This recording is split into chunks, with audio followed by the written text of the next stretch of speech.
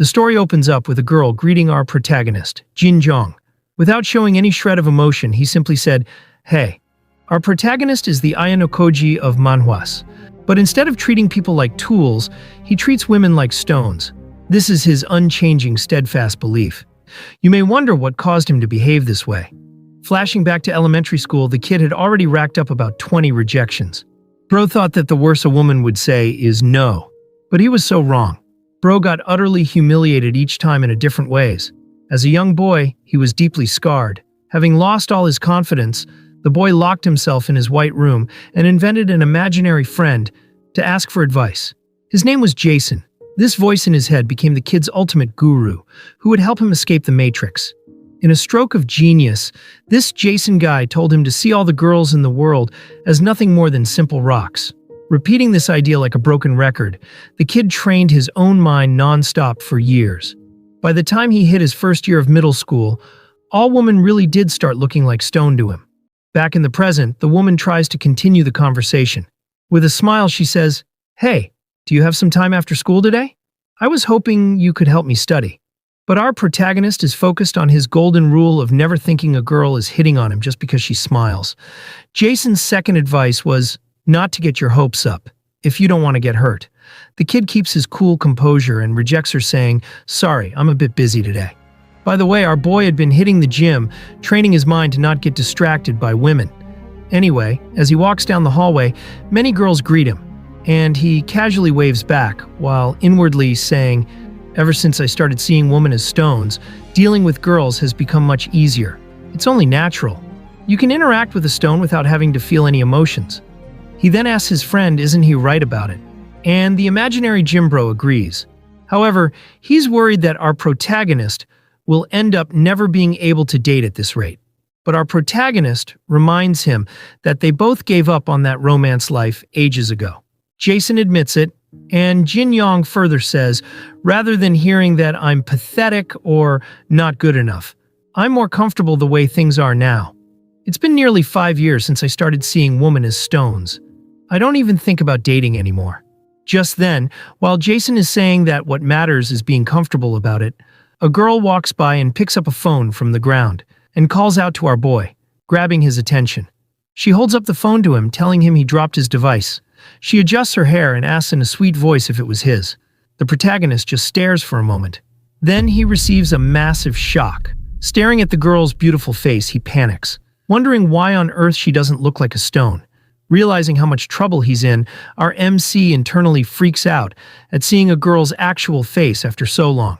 Trying to keep his cool by any means necessary, he desperately looks for a way out to avoid embarrassing himself. Finding the kid's bizarre silence weird, the girl asks why he doesn't just answer her. Breaking out in a cold sweat and stuttering, our boy tries to justify his brain malfunction, thinking he's just out of practice. Completely losing his filter, he ends up blurting out that the girl is really pretty. Left totally speechless, the girl lets out a confused mumble at the out-of-the-blue compliment. Thanking him a bit awkwardly, she tries to process what just happened, and Jin Yong quickly snatched his phone and made his escape while thanking for picking it up and apologizing. Watching the weirdo disappear from sight, the girl wonders what that was all about. Running like a madman, the boy calls himself an idiot for opening his big mouth. Beating himself up for calling a total stranger beautiful to her face, he can't believe his own screw-up. Imagining the worst-case scenario, he starts to panic, thinking the gossip is going to spread through the entire school. Later, the scene shifts to his apartment. Popping up in the room again, the mental gym bro confesses that he thought the kid's move was actually pretty smooth. Lying on his bedroom floor, the boy hears Jason tell him not to be so discouraged. Pondering the mystery, the protagonist tries to understand why only that girl managed to get past his stone filter. Jason admits that there's no way to know for sure, so he asks what he's planning to do now. If he left it like this, there's a chance weird rumors will spread. Having horrible flashbacks to elementary school, he remembers a little brat, saying his crush on her was disgustingly creepy. Jason comments that after training so hard, still something like this happened. The protagonist then gets a mental breakdown, swearing his life is ruined forever. However, Jason comes in clutch and punched him, telling him not to let his mental state crumble, and instead think of a solution. They don't know why she doesn't look like a stone, but he can just avoid running into her. Since he's in different classes, if he hides well, then the chances of meeting are slim. Jin Yong realizes that it's true. If he just don't run into her, he won't have to deal with being flustered. The scene then shifted to the next day at school. Our boy truly believed that the problem is solved. But coming face to face with the girl in question first thing in the morning, she immediately waves at him, saying that they meet again, and asks if he remembers her. Our boy freezes on the spot. His imaginary friend advises him to just stay calm and talk naturally. Jin Yong then decides to treat her just like the stone girls. Meanwhile, a girl asks her friend on what's going on, so she reveals that yesterday this guy told her she was really pretty. Her friend exclaims in surprise that it's wild. The girl admits that she was shocked when it happened. Then with pure sass, the girl asks, straight to his face, if she's pretty again today. Our boy becomes speechless, and her friend laughs, asking if she's crazy, and questions what Sunwoo is doing. However, she just laughs at him. Without a second thought, our boy ran off, startling the girls. Praising the tactical retreat, the imaginary Jimbro warns that if he had stayed there, the humiliation would have been way too heavy. Hurrying down the hall, the boy is absolutely certain that her little laugh was all about making fun of him. He then forbids himself from thinking the girl might actually be interested in him. Anyway, the boy swears he will never ever cross this girl for the rest of his life. However, fate loves to mess with our MC, and his perfect escape plan sinks on the spot. Standing out ridiculously in the middle of the crowded courtyard, the hot chick shines while all the other female students look like concrete blocks. Sunwoo then waved at him with a big smile when she spotted him. However, he quickly walked the other way. Later in the hallway, when she waved at him, he ignored and walked past quickly. And the entire day he was avoiding her approach.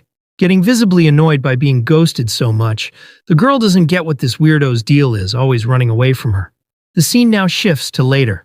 After the school ends, Jin Yong walked out. Taking a deep breath, he celebrates surviving today without falling into the woman's clutches. Tired of all the running, the MC decides to go home and come up with a new plan.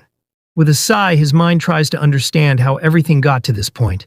Then out of nowhere, the girl appears behind him, and in a rowdy tone, she says, "Hey."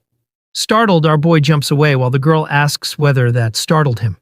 Jin Yong starts to panic, wondering why they keep running into each other, and that he needs to avoid her as much as possible until he figures out a plan.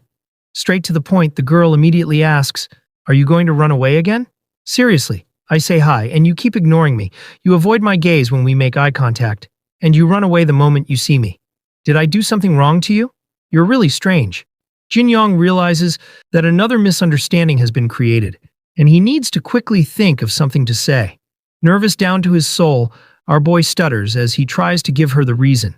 He remembered that she stood out among the others.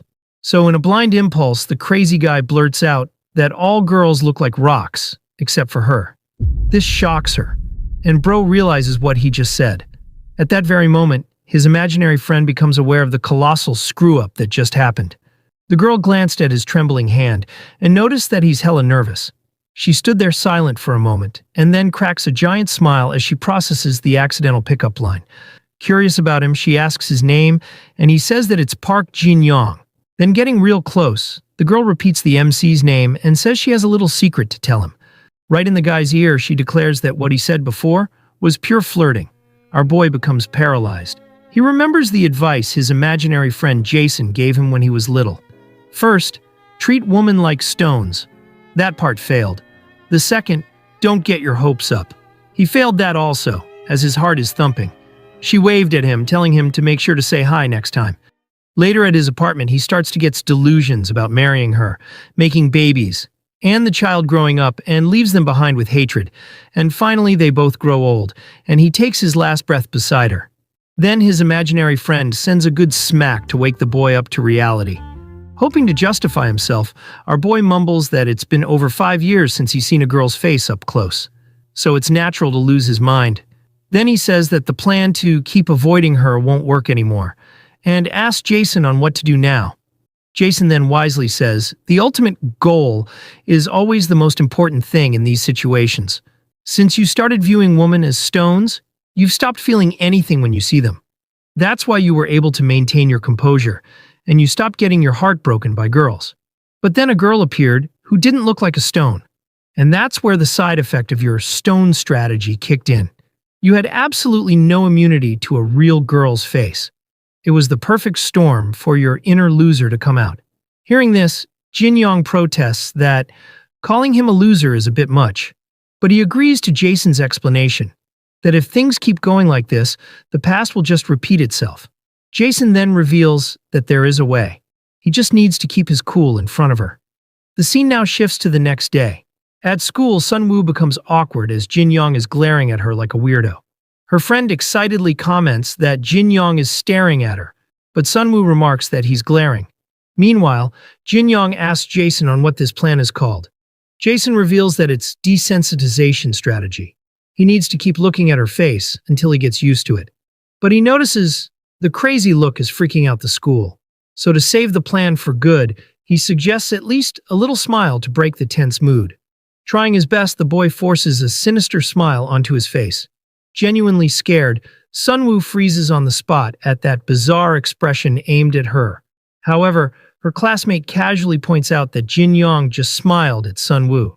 Sunwoo asks her friend whether he really thinks that they can't see him staring. Her friend replies that he does, and that's why he's looking so blatantly. Meanwhile, our boy thinks that she shouldn't be able to see him from this distance, and he wonders whether he should watch his expressions. Folks, since he can't see far without glasses, I assume that he thinks that normal people also can't see properly. Anyway, moving on. Jason tells him that he's making the ladies uncomfortable, so he suggests heading back before people get the wrong idea. Then as he leaves, Sunwoo calls out to her friend, Soo-kyung, and asks whether she knows who he is. She affirms, revealing that he's popular with the girls. Sunwoo is surprised, and Soo-kyung explains, saying, a few girls tried to talk to him, but apparently he has zero interest in girls. He doesn't care about dating and just minds his own business. He's basically the cool type. I guess that kind of vibe actually works on girls. Then she asks Sunwoo on why she's asking, and whether she's interested in him because he was staring. Sunwoo is caught off guard and denies the allegations.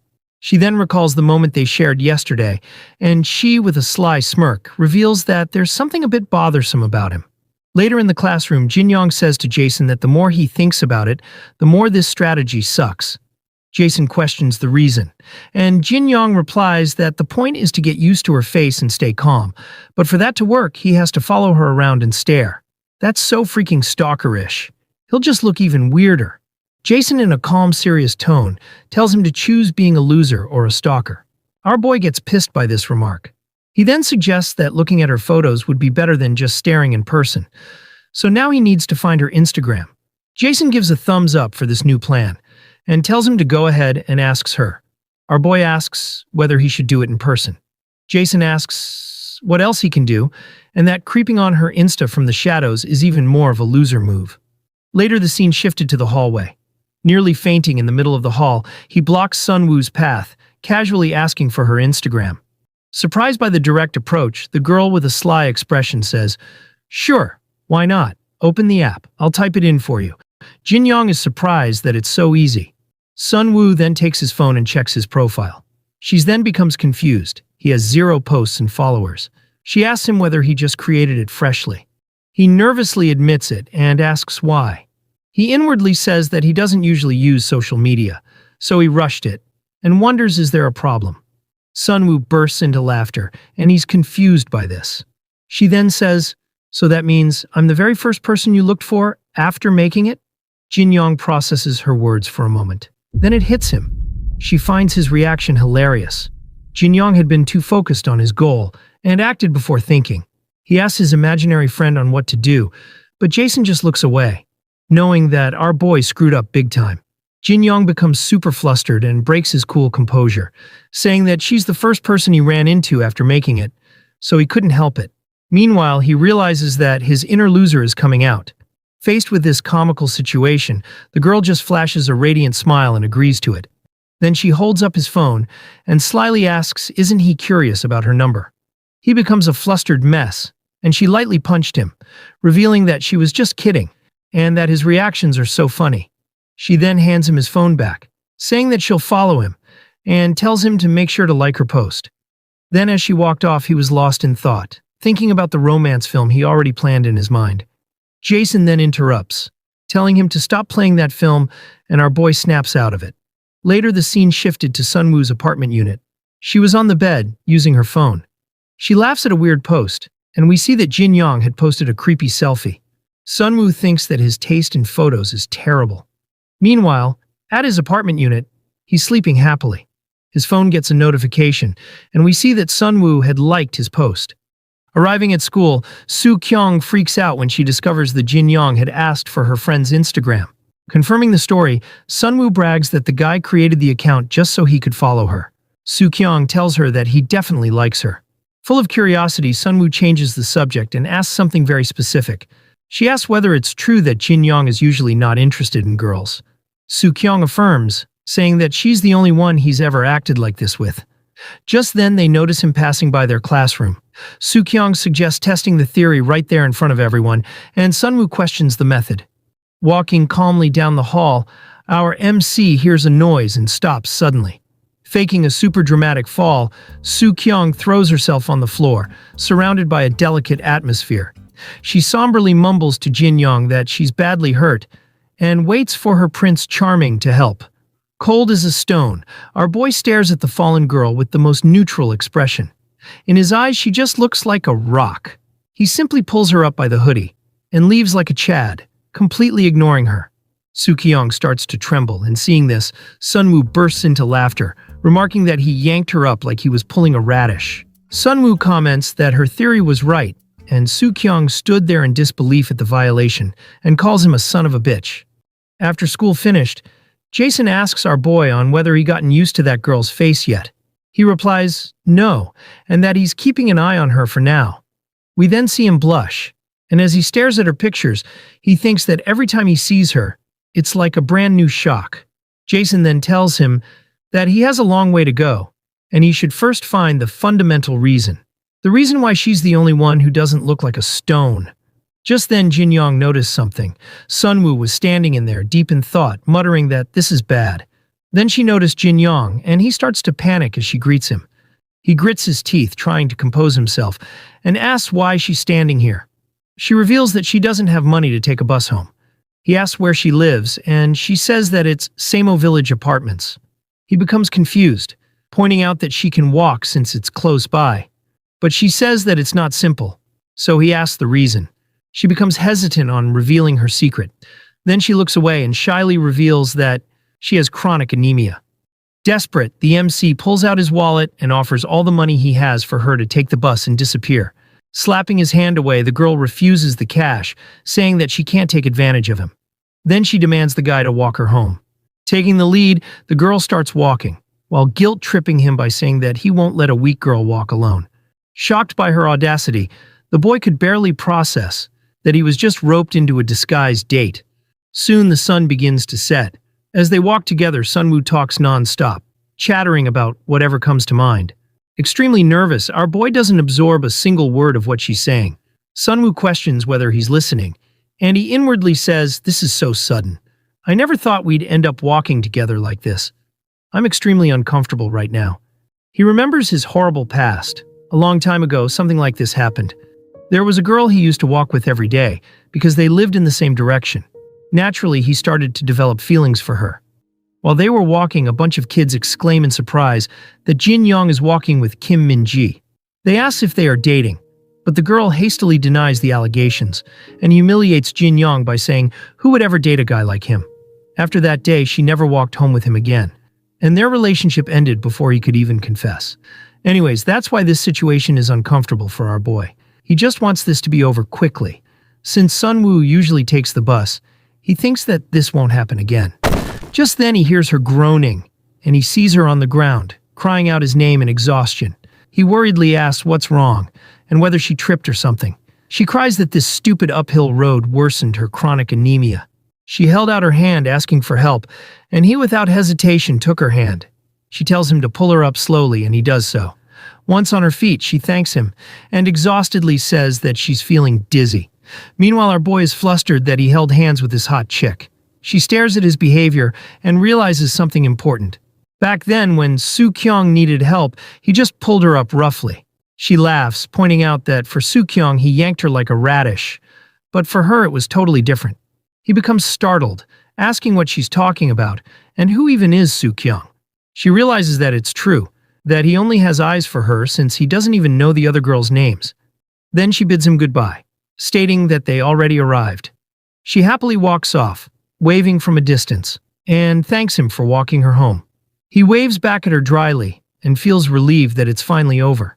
This situation had been so uncomfortable for him. Anyway, he starts walking to the opposite direction, thinking that it's a good thing that this won't happen tomorrow. He hopes she has bus fare tomorrow, and that she treats that chronic anemia or whatever. That way his happiness circuits will stop firing. Then as the two part ways, Sunwoo remembered something important. She turns to him saying that she almost forgot. He becomes startled as she calls out his name suddenly. As he turns, she reveals that it's going to be a while until she got her allowance, so she's counting on him again tomorrow. Jin-young is stunned at the sight of this hot chick, as she's right next to him, sweating and panting for air. Jin-young inwardly says to himself that it's uncomfortable, and that he wants to avoid her. However, Jason questions the look on his face. It appears Jin-young is excited that she'll be walking with him for a while. Then his expression changes as he sees Sunwoo on the ground again, wailing in exhaustion. He goes to help her again, telling her to not run next time. Later, the scene shifts to the next day.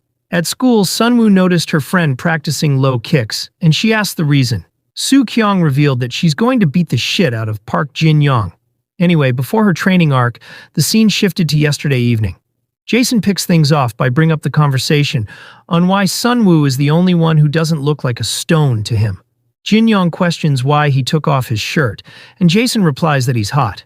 Anyway, Jason guessed the reason on why Sunwoo is the only one who doesn't look like a stone to him.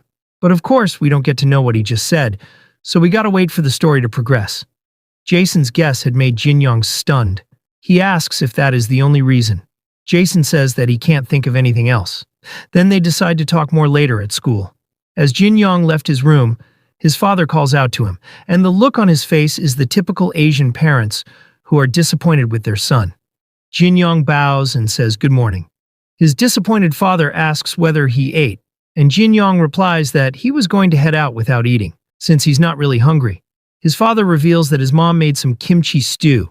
Jin-young responds that he'll eat some when he got back later. Then the father walks off, telling him to eat properly.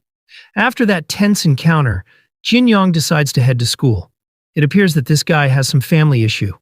Later, the scene shifted to the school. He asks Jason whether from now on, he's destined to be dragged around by Sunwoo. Jason replies that it can't be helped. Jin-young strongly hopes that his theory is wrong. Just then, a woman approached him and firmly called out his name. As he looked back, it's Soo-kyung. But of course, our boy doesn't recognize any woman other than Sunwoo. Soo-kyung nonchalantly reveals that she's going to hit him. Bro is flabbergasted by this crazy woman's declaration. He asks why, and she reveals that she stayed up all night practicing her low kicks, just so that she could hurt him. Jin-young questions who even is she. She feels hurt, saying, seriously, I have never been humiliated like that before. Anyway, I'm not letting it slide. I'll go easy on you and settle for 3 low kicks. Get ready. Jin-young in confusion asks why should he, but then she goes for a kick while shouting, shut up, you damn 4 eyes. Jin-young barely dodged it and runs off, screaming out on what the hell is happening. Soo-kyung reveals that she's actually a pretty fast runner, and unlike Sunwoo, she's not anemic. Jin-young looks scared as this rock-like woman charged at him. He grits his teeth and desperately runs, thinking that a boulder is rolling towards him. Just then she caught up, and as she goes to kick, Sunwoo appears out the hallway, asking why it's so loud. Soo-kyung ends up kicking her leg instead, and Sunwoo yelps in severe pain. Soo-kyung freezes and exclaims, oh my god. Sunwoo lays on the ground with torn ankle ligaments. Jin-young shouts her name in worry and goes to help, but his sandal slips and he ends up falling face first. His nasal bone became fractured, and Soo-kyung stood there as 2 bodies lay before her. She's hella anxious as she's in serious trouble, and she apologizes weakly. Later in the infirmary, we see Sunwoo and Jin-young laying on separate beds. Sunwoo breaks the silence by saying that Soo-kyung has always been a bit weird. He replies that it's fine, and he inwardly says that he ended up alone with Sunwoo again. He calls out to his imaginary friend, and Jason drinks tea elegantly while saying, I hope your inner loser doesn't awaken. Jin-young questions what he's doing, and he reveals that it's tea time. Anyway, Jin Yong hopes he doesn't say something stupid. Sunwoo remains thoughtful and then turns to his side, asking what's for lunch today. He replies that it's fried croaker, and she exclaims that it's great. She then asks whether he usually eats breakfast before school. He replies that he usually skips it. She asks why, and that he must be hungry. He responds saying, "My dad is always there in the morning, and it's a bit awkward being around him, so I just leave early." Hearing this, she replies that he should try to get along with his father. He weakly chuckles that it's easier said than done. Then, as he stares at her, he remembers the first thing he said to Sunwoo, that she's really pretty. At first, he thought he just blurted it out, because it had been so long since he'd seen a girl's face. But looking at her now, she really is just gorgeous. Seeing him stare, Sunwoo cheekily says, "Hey, what are you staring at? Am I that pretty?" Our boy becomes flustered, frantically denying the allegations.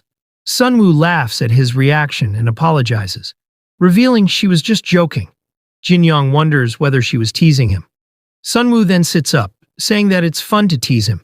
He shyly asks what she means by that, and she replies that it's exactly what she said. He gets flustered so easily if she push him a little. And when he's flustered, he says the weirdest things. Hearing this, he apologizes. Sunwoo laughs, telling him not to be sorry, and that he's just cute. Jin Yong becomes embarrassed by this remark. He then remembers Jason's guess on why he can only see Sunwoo. Jason had guessed that Jin Yong had fallen for Sunwoo at first sight. Now, Jason confesses that he can't think of any other theory. The two then chat with each other. And after things settled down, Jin Yong restrained Sookyong. She's hella anxious and asks for a second, but Sunwoo reveals that it's time for some true education and that she should learn to take responsibility for her own actions. Sookyong pleads, asking her to let go, but Sunwoo gets into a stance and goes to kick Sookyong. But Sookyong squealed in panic, and as a result, Jin Yong takes the full blow from the kick. His vision becomes dark, and Sunwoo in confusion replies, "What? Love at first sight? You fell for me?" Sunwoo stood there and she coldly says, "I was just a little nice to you, and now you're running wild with fantasies. Pathetic loser." Jin Yong then jolts up awake. A voice then asks whether he had a bad dream or something. It was none other than Jason. He points out that his breathing is hard. After some time, Jin Yong had explained the dream to him, a dream where Sunwoo looks down on him. Jason asks whether his trauma with woman flared up again. He hesitantly affirms, saying that he had been having the same dream a lot lately. Jason asks when it all began, and Jin Yong reveals that it's from the day the theory of him falling in love at first sight came up. Hearing this, Jason reveals that it's unrequited love, and that Jin Yong is afraid. He then gives an advice: know your enemy and yourself. It will make you undefeatable. Later, as he walks through the hallway, he asks whether what Jason is saying is that he should learn about Sunwoo. Jason affirms. Jin Yong realizes that he doesn't really know much about her, and that this strategy sounds solid. He then reached Class 5, wondering this might be Sunwoo's class. Then as he entered, he feels nervous. He looks around, not seeing her anywhere in sight. He wonders whether she went to the bathroom. Just then, a voice calls out to him, saying that it's his seat. We are now introduced to this fatty named Gyu Min. He's 18 years old. Jin Yong is caught off guard by his attitude, and he moves away apologizing. Meanwhile, Jason doesn't like this guy, and wants to hit him. Jin Yong then asks whether he had seen Sunwoo. Gyu Min glares at him while saying, "Yeah, sometimes there's guys like you, rookies who fall head over heels for a girl like her." Hearing this, Jin Yong is annoyed on why he's talking like that. Jason barely holds himself back. Jin Yong then says, "Stop talking nonsense, you fat pig. I mean, hey man, do you know where Sunwoo went?" Gyu Min crossed his arms, saying, "How would I know? I don't talk to girls like her." Jin Yong firmly tells him not to talk bad about Sunwoo, but Gyu Min keeps talking trash. Jin Yong then removed his jacket and ordered him to stand up. He asks why, and Jin Yong reveals that he got something for him. Gyu Min adjusts his glasses and stands up, saying that this is such a pain. Then Jin Yong used his jacket as a whip and slashed him left to right, making him scream like a pig. Just then, Sunwoo entered the class while saying, "What the? Sounds like someone's butchering a pig in the classroom." Then she noticed Jin Yong, and he calls out to her, revealing that he's beating this pig because he was calling her a trash girl. Sunwoo cheekily says, "You can keep going if you want." He's always like that. Jin Yong then asks what's his problem, and the poor dude becomes silent. Sunwoo winks, revealing that he's been like this since he was little, and that they are childhood friends. Later the scene shifts to outside. Jin Yong and Gyumin are seated on a bench. Jin Yong apologizes for hitting him, and Gyumin shrugs it off, saying it didn't hurt.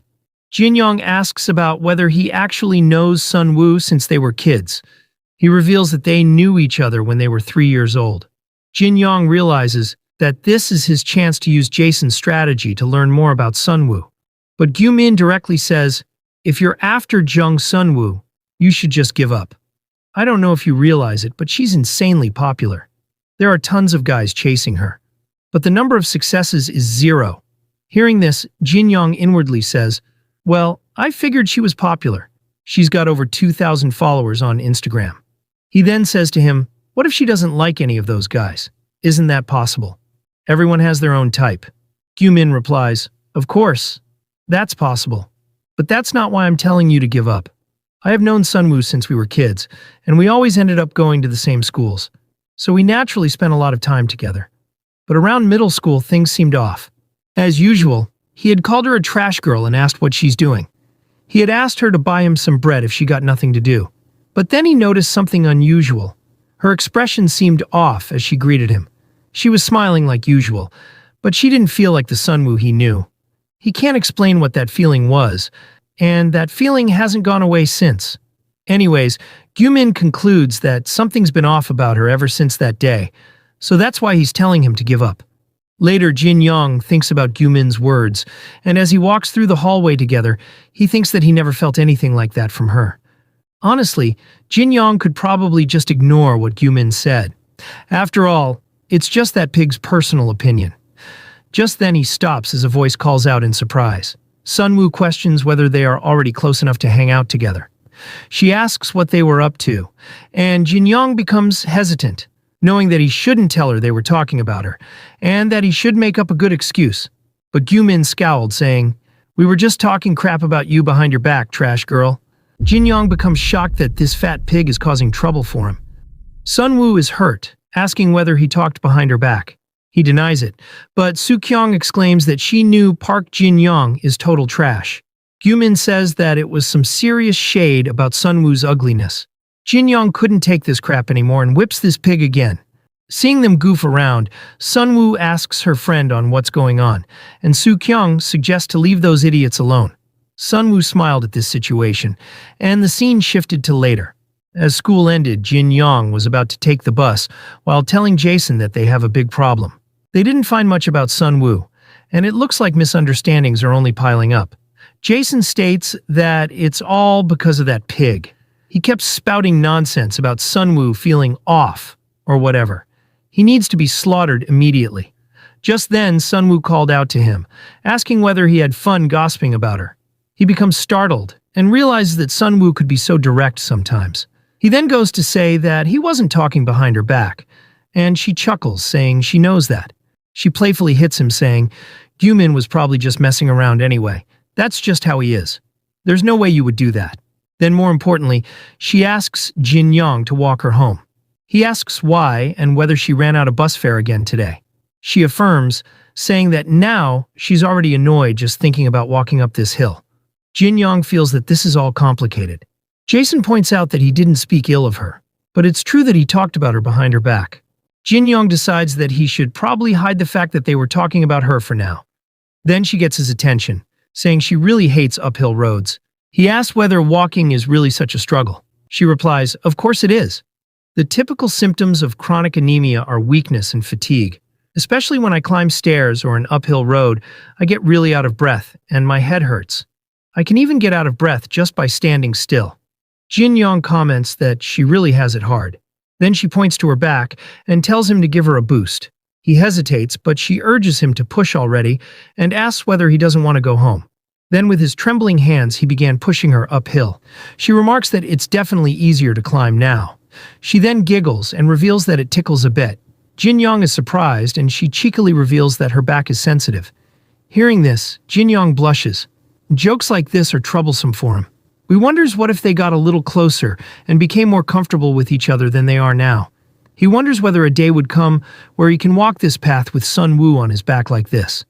Jason cheers him, and Jin Young thinks that this much of wishful thinking is fine, because it's not like naming their grandchildren. He then unintentionally pushes her even harder, while thinking that he's free to imagine. Just then, he hears Sun Woo crying out his name, saying that she said to push slower, but now she feels like she's going to die from being so out of breath. He quickly lets go of her and apologizes, saying he spaced out. She pants heavily, trying to catch her breath. Just then, he noticed something. The scenery looked really pretty from here. It feels good to have such an open view. He didn't know she lived near a place like this. Then he hears her exclaim in surprise. She didn't know there was a place like this near her house. Jin Young asks whether it's her first time seeing it too. She affirms, saying, "It's not a height that a patient with chronic anemia would climb. Besides, I'm dying of exhaustion because of you, and I still have to walk all the way back home. Do you want to die?" Jin Young quickly apologizes.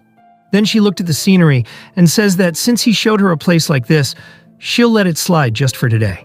Jin Young stares at her as she comments that it's pretty. He starts to sweat while inwardly saying that feeling of incongruity that Gyu-min said he felt from Sun Woo. I don't really know what that feeling is, but if not being able to see anything but Sun Woo right now is a sense of incongruity, then maybe this is it. He then calls out her name and reveals that it was true. He and Gyu-min talked behind her back. She's left shocked by the sudden confession, asking whether he really gossiped about her. He replies, "No, I wasn't talking crap about you. It's just that I found out that Gyu-min was your childhood friend, so I wanted to know more about you." Sun Woo is taken back by this, and he continues saying, "Because of that, it ended up looking like we were talking behind your back. But I wasn't talking crap. I just didn't want you to misunderstand." Sun Woo looks a bit flustered and replies, "I see. Why are you worrying about something like that? I already forgot about it." Hearing this, Jin Young asks if it's true, and she affirms. Then she parts ways, saying she'll head back downhill alone. She waves, saying that it was a bit of a detour, but she thanks for walking her home. Jin Young remains in a dilemma. Jason notes that her reaction is ambiguous. He wonders whether there was a need to be so honest.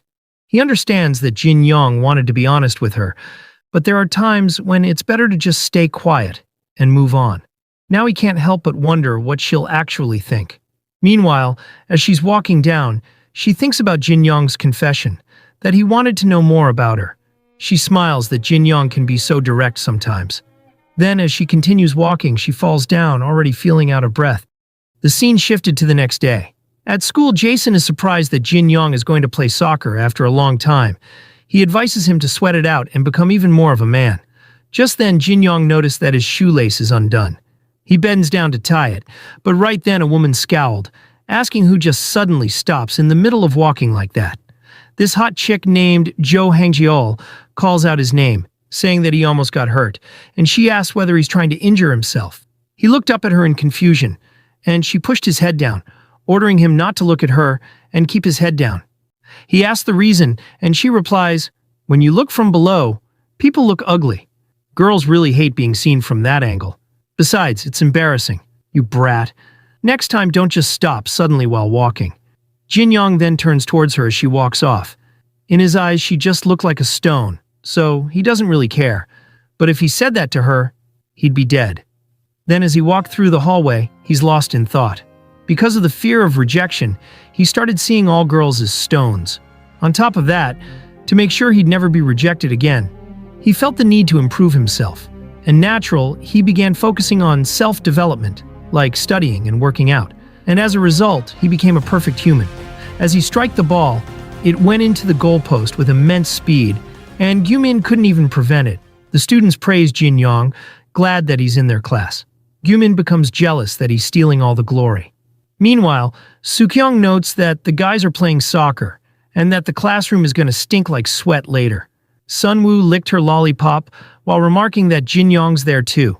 Then their attention shifts to the girls, as they are ogling at Jin Young. They cheer that he's so cool, and that he really stands out. Sun Woo listens to their conversation, as they talk that Jin Young is usually quiet, but when he plays sports like that, it's so attractive. He doesn't seem interested in girls, but that's part of his charm. He's got that cool, sexy vibe. Hearing all this, Soo-kyung scoffs, saying, "Seriously, Listen to those idiots drooling. Why is Park Jin-young so popular anyway? Cool and sexy feels like a stretch, doesn't it? Sunwoo thinks about it, and as she recalls his timid behavior towards her, she chuckled and agreed with Soo-kyung.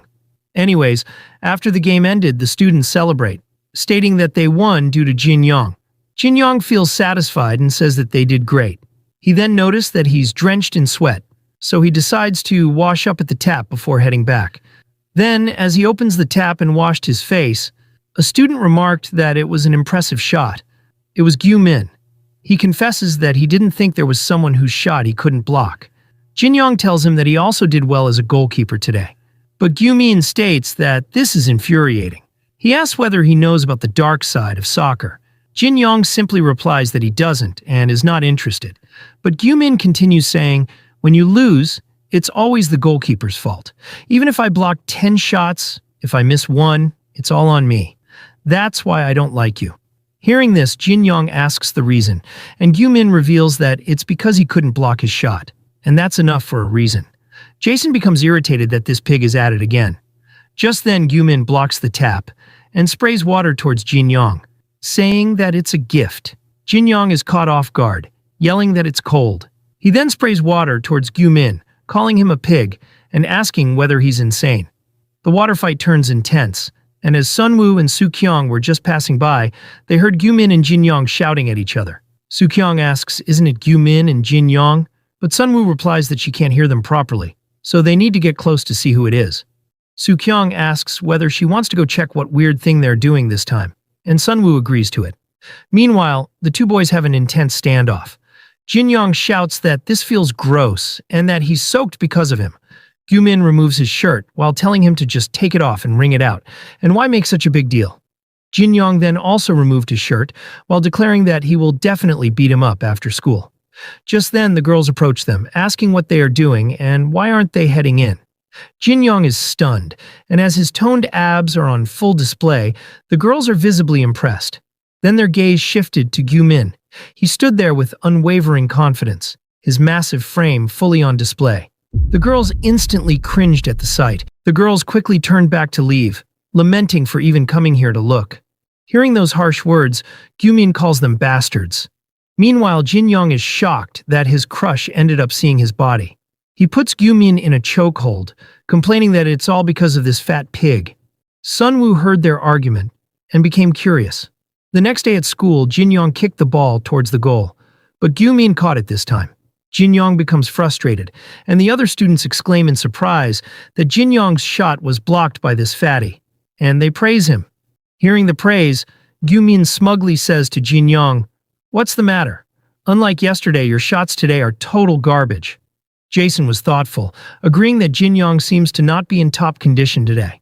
The protagonist then decides to rest for a moment as the first half is over. Then he sat and let out a sigh. Just then a female voice remarks that he looks exhausted. It was Sunwoo greeting him. Jin-young looked up at her, then he remembered something and quickly looked away, signaling her to quickly get down. In confusion, she questions the reason, but he just tells her to hurry. Meanwhile, he inwardly admits that what teacher Hangyeol said was right. You shouldn't look at girls from below.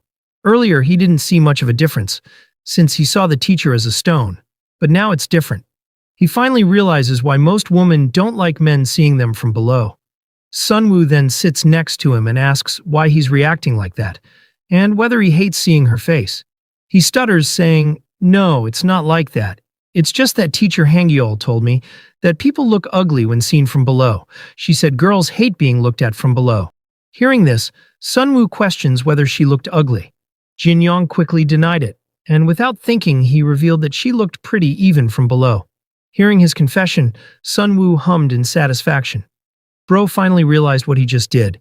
Jason notes that he perfectly fell into her trap. Jin-young desperately asks his imaginary friend to help, but Jason tells him to fix it himself, and that he's staying out of it.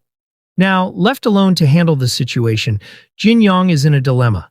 He doesn't think he can, since he has seen too many cases where trying to fix what you've said just makes it weirder.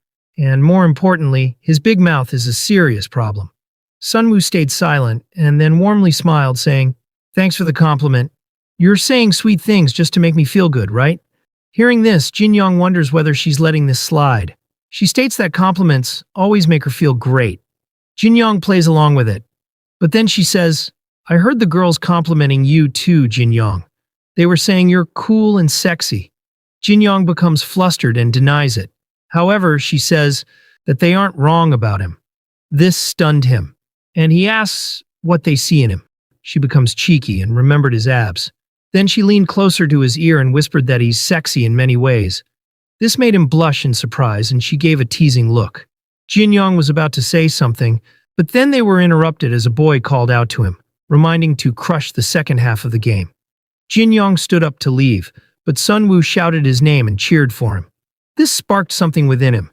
He says to Jason that he wasn't in good condition during the first half, but now, strangely, his body feels light. Jason smiled in satisfaction that Jin Yong already knows the answer. It's because his crush is watching him. Jason then says, My friend, I'm hesitant to say this because it feels like I'm taking back the advice I gave you. But perhaps delusional thinking might not be such a bad thing. Jin Yong then struck the ball towards the goalpost, and the fatty tried to block it, but the ball went through and everyone celebrated the victory. Jin Yong laughed and teased Gyu Min not to be so heartbroken, and the fatty screamed that he'll take his revenge one day. From the audience, Sunwoo smiled widely, satisfied by the outcome. Meanwhile, a few minutes ago, teacher Hangyeol had heard Jin Yong saying to Sunwoo that she still looks pretty even from below. The teacher scoffed, saying, Give me a break. Look at these brats, they're in their own little world. Anyway, the scene shifted to the next day. As Jin Yong left his room, he heard an argument. His mother asks her husband on whether he's saying that he can't go, even though they have already gotten the tickets. He affirms, reasoning that the site is busy, so he has no choice but to go. His wife becomes frustrated on what to do about these tickets. Then she noticed her son and asked whether he's heading to school. He affirmed, and she asked about his breakfast. He replied that he'll just grab a triangle kimbap on the way, but his mother retorts that it's not a proper meal. Jin Yong inwardly admits that he's hungry, but eating with his father is still a bit awkward for him. Meanwhile, Jason advises him to eat a hearty meal. Just then, Jin Yong's mother held up the tickets, revealing that she got them from the lady next door, so she asks whether he wants to go see it this weekend. He asks what it is, and she says that it's for a play, and that he can go see it with a friend this weekend. She was originally going to go with his father, but he said he has to work, so she laments that she thought they were finally going out for a change. Jin Yong looked at the ticket in hand and wondered who should he ask. The artist then gives us a juicy art of the teacher, and the scene shifted to the school. Jin Yong had asked a long-haired classmate on whether he wants the tickets, but the dude had rejected by giving an obvious excuse that he's about to catch a cold that day. Jin Yong then had asked his gangster friends on whether they want to join him, but they had denied, stating that they have to go crush those Nemogo kids that day. Then finally, as a last resort, Jin Yong asked Gyu Min, but he had said it's not his type. Jin Yong is confused and says, Right, fatty, you like anime more than plays, don't you? It probably wouldn't suit your taste. However, Gyu Min in disgust asks what he's talking about, and that he doesn't watch anime. Jin Yong is surprised, and Gyu Min just walked off to the cafeteria. Jin Yong feels strange, wondering why he naturally assumed Gyu Min watched anime. Jason remarks that stereotypes are a frightening thing, and Jin Yong is caught red-handed. Anyway, Jason asks what he plans to do, since he has been rejected by everyone. Teacher Hangyeol walked by while Bro rambled like a schizo, chuckling aloud on who should he go with. Jason then says, Be honest with me. Do you really think I wouldn't know that you want to go with Sunwoo? You were paralyzed by fear just a while ago, and now you can't think of anything but her. His teacher then looked at him as Jin Yong called out to Jason, trying to argue about his claims, but Jason reminds that it's time to make a decision. Jin Yong mutters, asking what decision he's talking about. The teacher then called out his name, asking whether he's not going to greet her. Jin Yong apologizes, that he was lost in thought and didn't see her. She replies that she can see that he was walking alone talking to himself. She asks whether he happens to have an imaginary friend he talks to or something. Jin Yong is stunned, wondering how she knew. Later, they sat together on a bench and explained his dilemma to his teacher. She asked whether what he's saying is that there's a girl he wants to go see a play with. He affirmed, and she remarked that Sunwoo is popular as usual. Jin Yong asks, Is that so? and then he becomes startled, asking how she knew it was Sunwoo. She air quotes, revealing that she heard him drop those greasy lines to Sunwoo yesterday, that she's still pretty even from below. Jin Young becomes embarrassed. Anyway, teacher Hangyeol asks whether he's afraid of being rejected. He stayed silent for a moment and affirmed that it's embarrassing. She says, well, asking a friend of the opposite gender to go with you while bypassing all those other people is a request for a date. I'd say it's practically the same as a confession. Then she stood up, pointing out that he's such a spineless coward. He's confused and called out her name, but she with a grin states that he'll thank her one day. Then she walked up to the side and called out to Sunwoo, revealing that Jin Young seems to have something on his mind, so she should go over and listen to him. Sunwoo replies, wondering what might be bothering him, and Bro's jaw dropped that his teacher directly said it to her. Hangyeol further explains that Jin Young wants to go see a play with her this weekend, and Sukyung bursts into laughter that Jin Young is such a coward that he used the teacher to ask Sunwoo out. Anyway, teacher Hangyeol set them up and left the scene.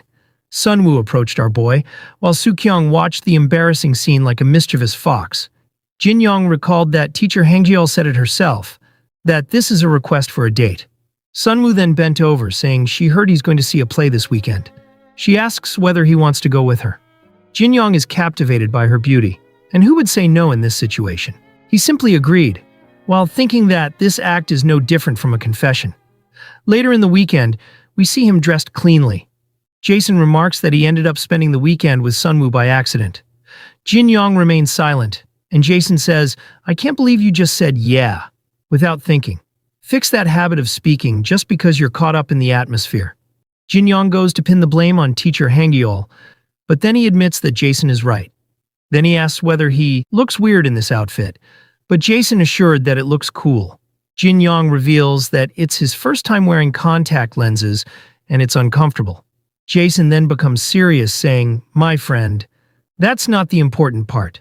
What kind of relationship do you want to have with Sunwoo? You need to be clear now. From what I see, you currently have romantic feelings for Sunwoo. And with this date request, Sunwoo has probably caught on to those feelings to some extent. For an ordinary person, it wouldn't be much of a problem. But you are terrified of rejection, aren't you? If you keep heading straight for Sunwoo like this, the previous incident might happen again. I'm talking about that scene you saw in your dream. However, if you drop your feelings for Sunwoo now, you can prevent the thing you're afraid of. Jin Young asks how, and that dropping feelings that have already formed is, but then he remembered that he had already done that before, so he can try seeing Sunwoo as a rock. Just then he turned as Sunwoo called out to him, remarking that he looks pretty good today. He blushed at her beauty, and Jason says to him that if he chose to see Sunwoo as a rock because he's afraid of rejection, he will give him advice that fits that choice.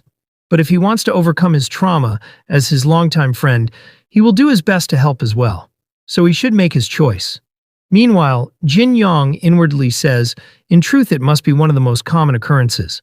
Things like being dumped by a girl, or being rejected. Jason's advice was perfect, to think all women as stones. When a man and a woman are together, emotions are bound to arise. And when emotions develop, you inevitably want to get closer to the other person.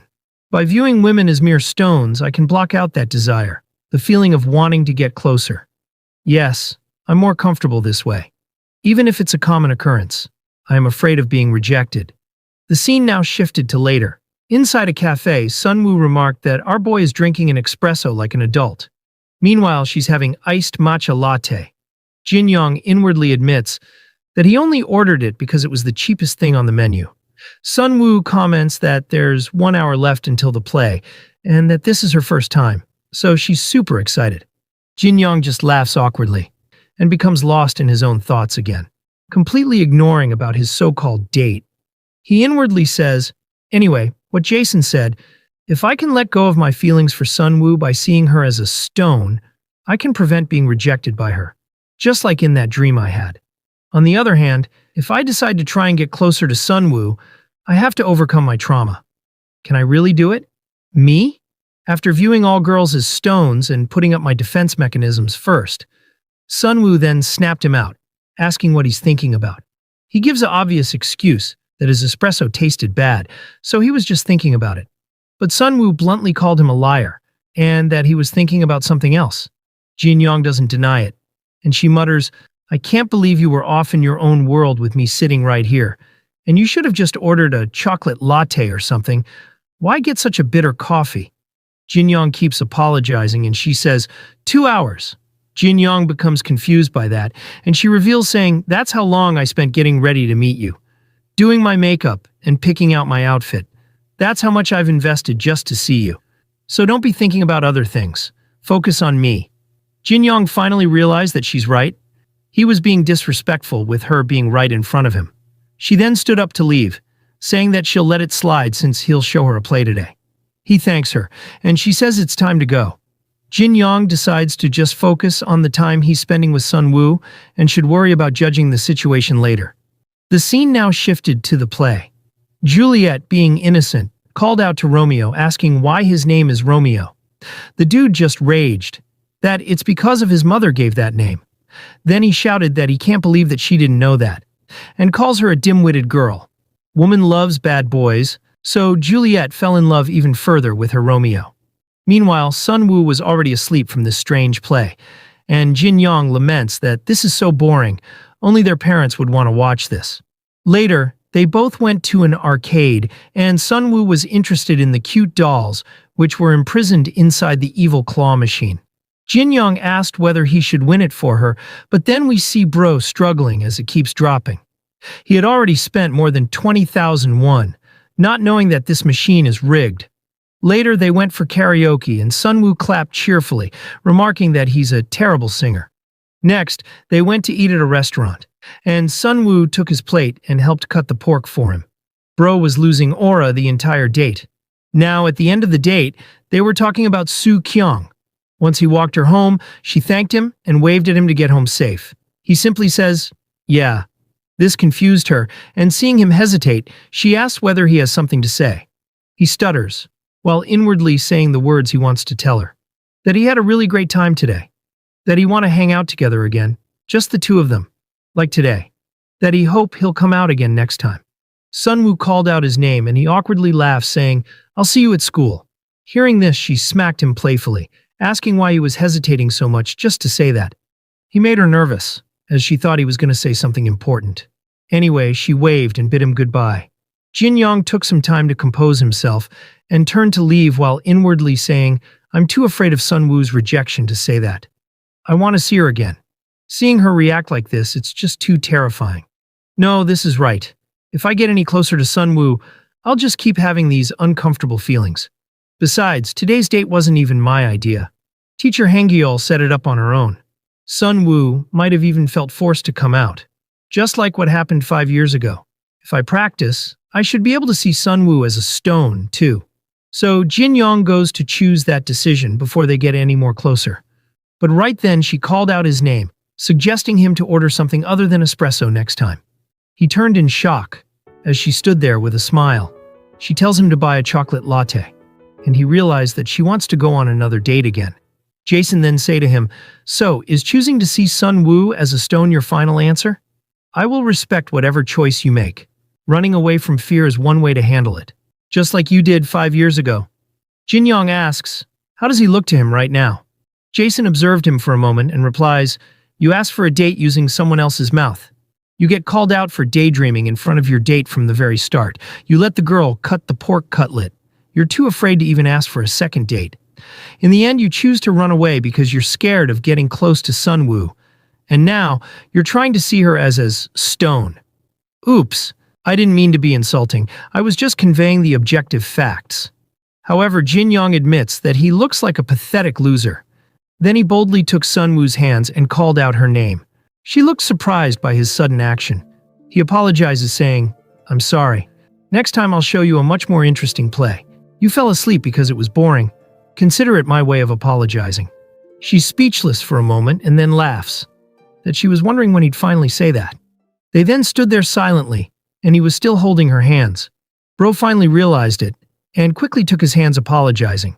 But she says it's fine, and that next time he should make sure it's more fun, and that she's looking forward to it. He agrees, and they both bid their goodbye. Jin Yong turned away and held his chest, while Sun Woo was lost in thought. She checked her hand, which he had touched, and felt good on how the situation played out. The scene now shifted to the next day. In a public sports ground, Jin Yong was doing pull-ups. His form is so sloppy, and finds it difficult to do more sets. He mutters that when he got something on his mind, he tends to work out. Yesterday he told Sun Woo there'd be a next time, and what that really means is that he chose to face his fear of rejection and approach her. Jason remarks that it's a bold move, and that it's impressive. Jin Yong thanks him, but admits that it's not as easy as it sounds. He still doesn't know how to approach her. Then he stops and pants for air, while asking Jason on how many sets he did. Just then Soo-kyung noticed him. Jin Yong mutters that his joints hurt for some reason whenever he does pull-ups. Soo-kyung appeared behind and called him an idiot. He gets hella startled and asks who she is. She acted cute and introduced herself as Soo-kyung, and that it's fancy running into him.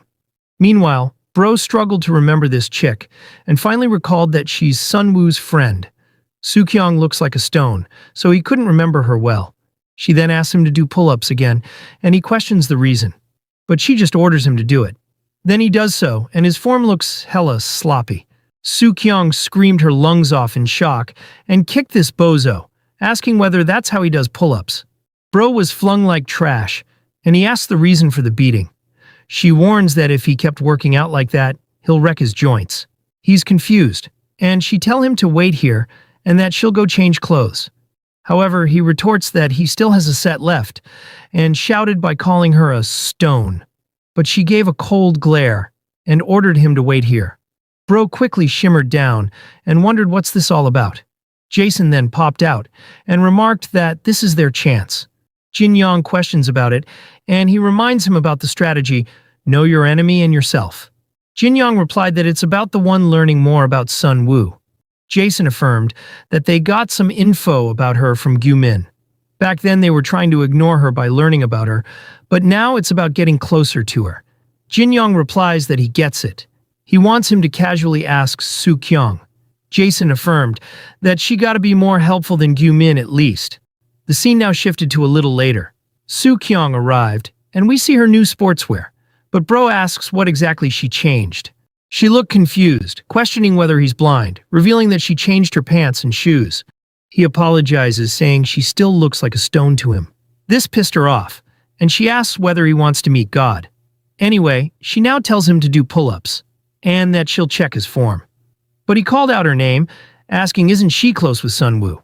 Soo-kyung affirmed, but asked the reason behind the sudden question. Then she remembered it, and said that it's because he's into Sun Woo. He asked how she knows it, and then stammered as he had revealed his crush to this chick. He tries to play it off, saying that he's just curious, but she says, oh please, don't even try. Anyone can tell you're into her. Even a random chicken walking by would know. Then we literally see a chicken nearby, which nodded in affirmation. Bro is getting caught left and right.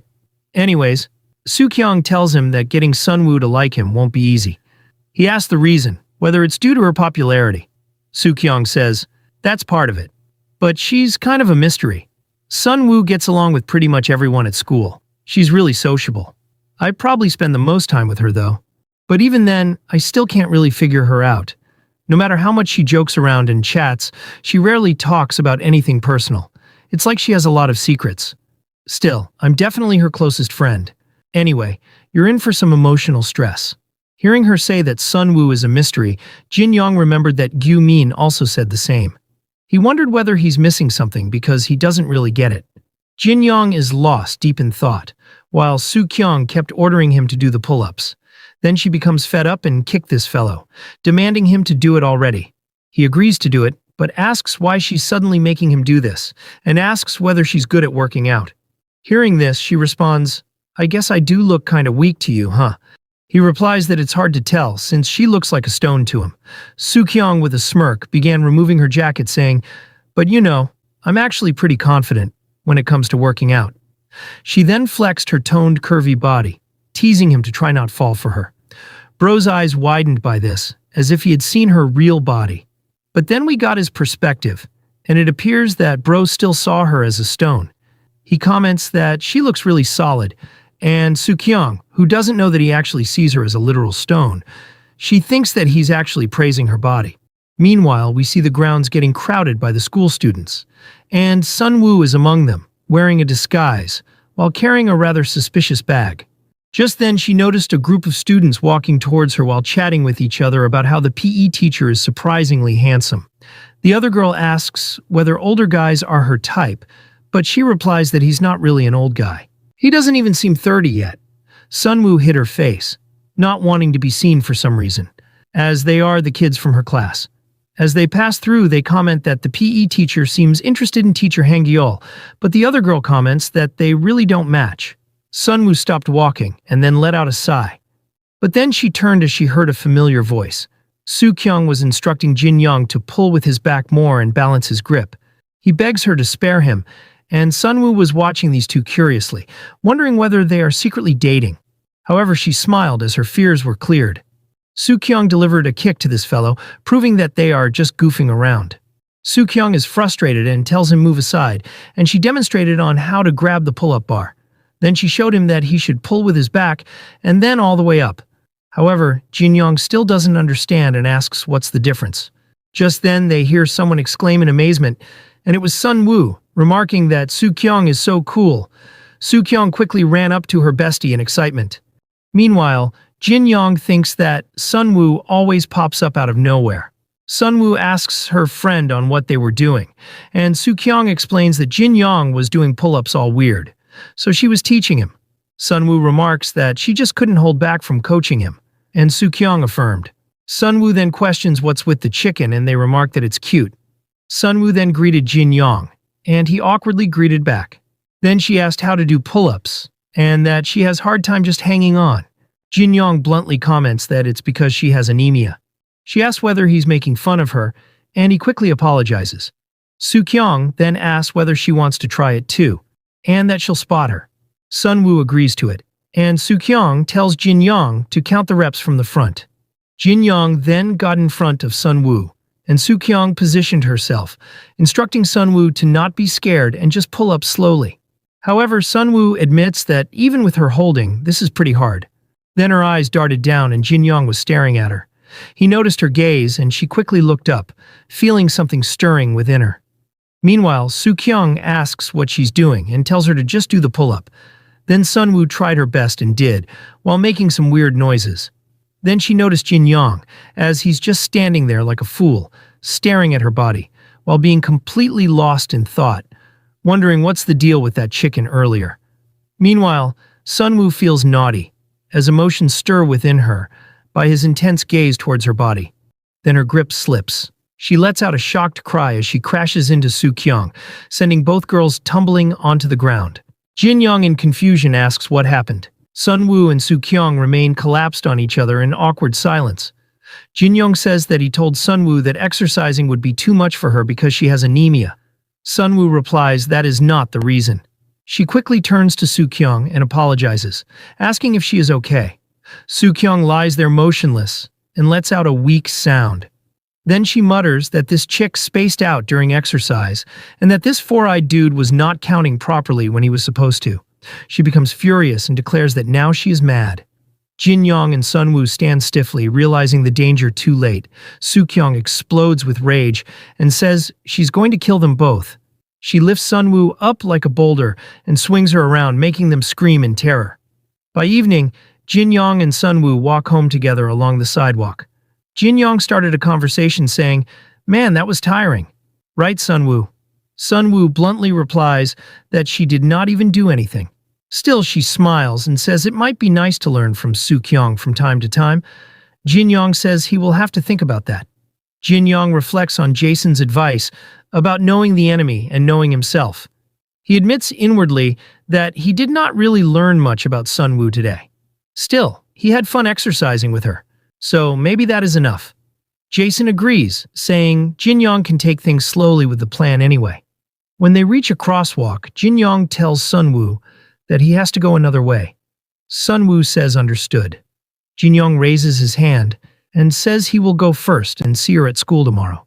Sunwoo hesitates and makes a small sound. Jin-young notices and asks if something is wrong, wondering if she has something to say. Sunwoo pauses, then says, "It is nothing serious." After another moment of hesitation, she says she is just curious. Remembering him doing pull-ups with Soo-kyung earlier, she asks if Jin-young happens to like people who are good at sports. Jin-young freezes and struggles to answer. After a pause, he says that he guesses it is nice if someone is healthy. Sunwoo stays silent. She looks away with a strange expression, and then she does a fake smile, as if she has understood something. She says she was only curious and that she is going now. She waves goodbye. Jin-young answers weakly and watches her leave, confused by what just happened. After that, Jin-young wonders what that was about. Jason lets out a deep sigh. Jin-young asks why he is sighing. Jason says that he cannot claim to understand a woman's heart that well either, but he feels Jin-young has just given the wrong answer. Jin-young asks what he means. Jason tells him to think carefully about it on his way home. Jin-young asks if Jason cannot just tell him. Jason asks when Jin-young is going to stop making dumb decisions at the most crucial moments. Jin-young complains that Jason is being a little harsh, and at least he could explain. Meanwhile, we see Sunwoo getting jump-scared by the chicken, as it has been following her secretly.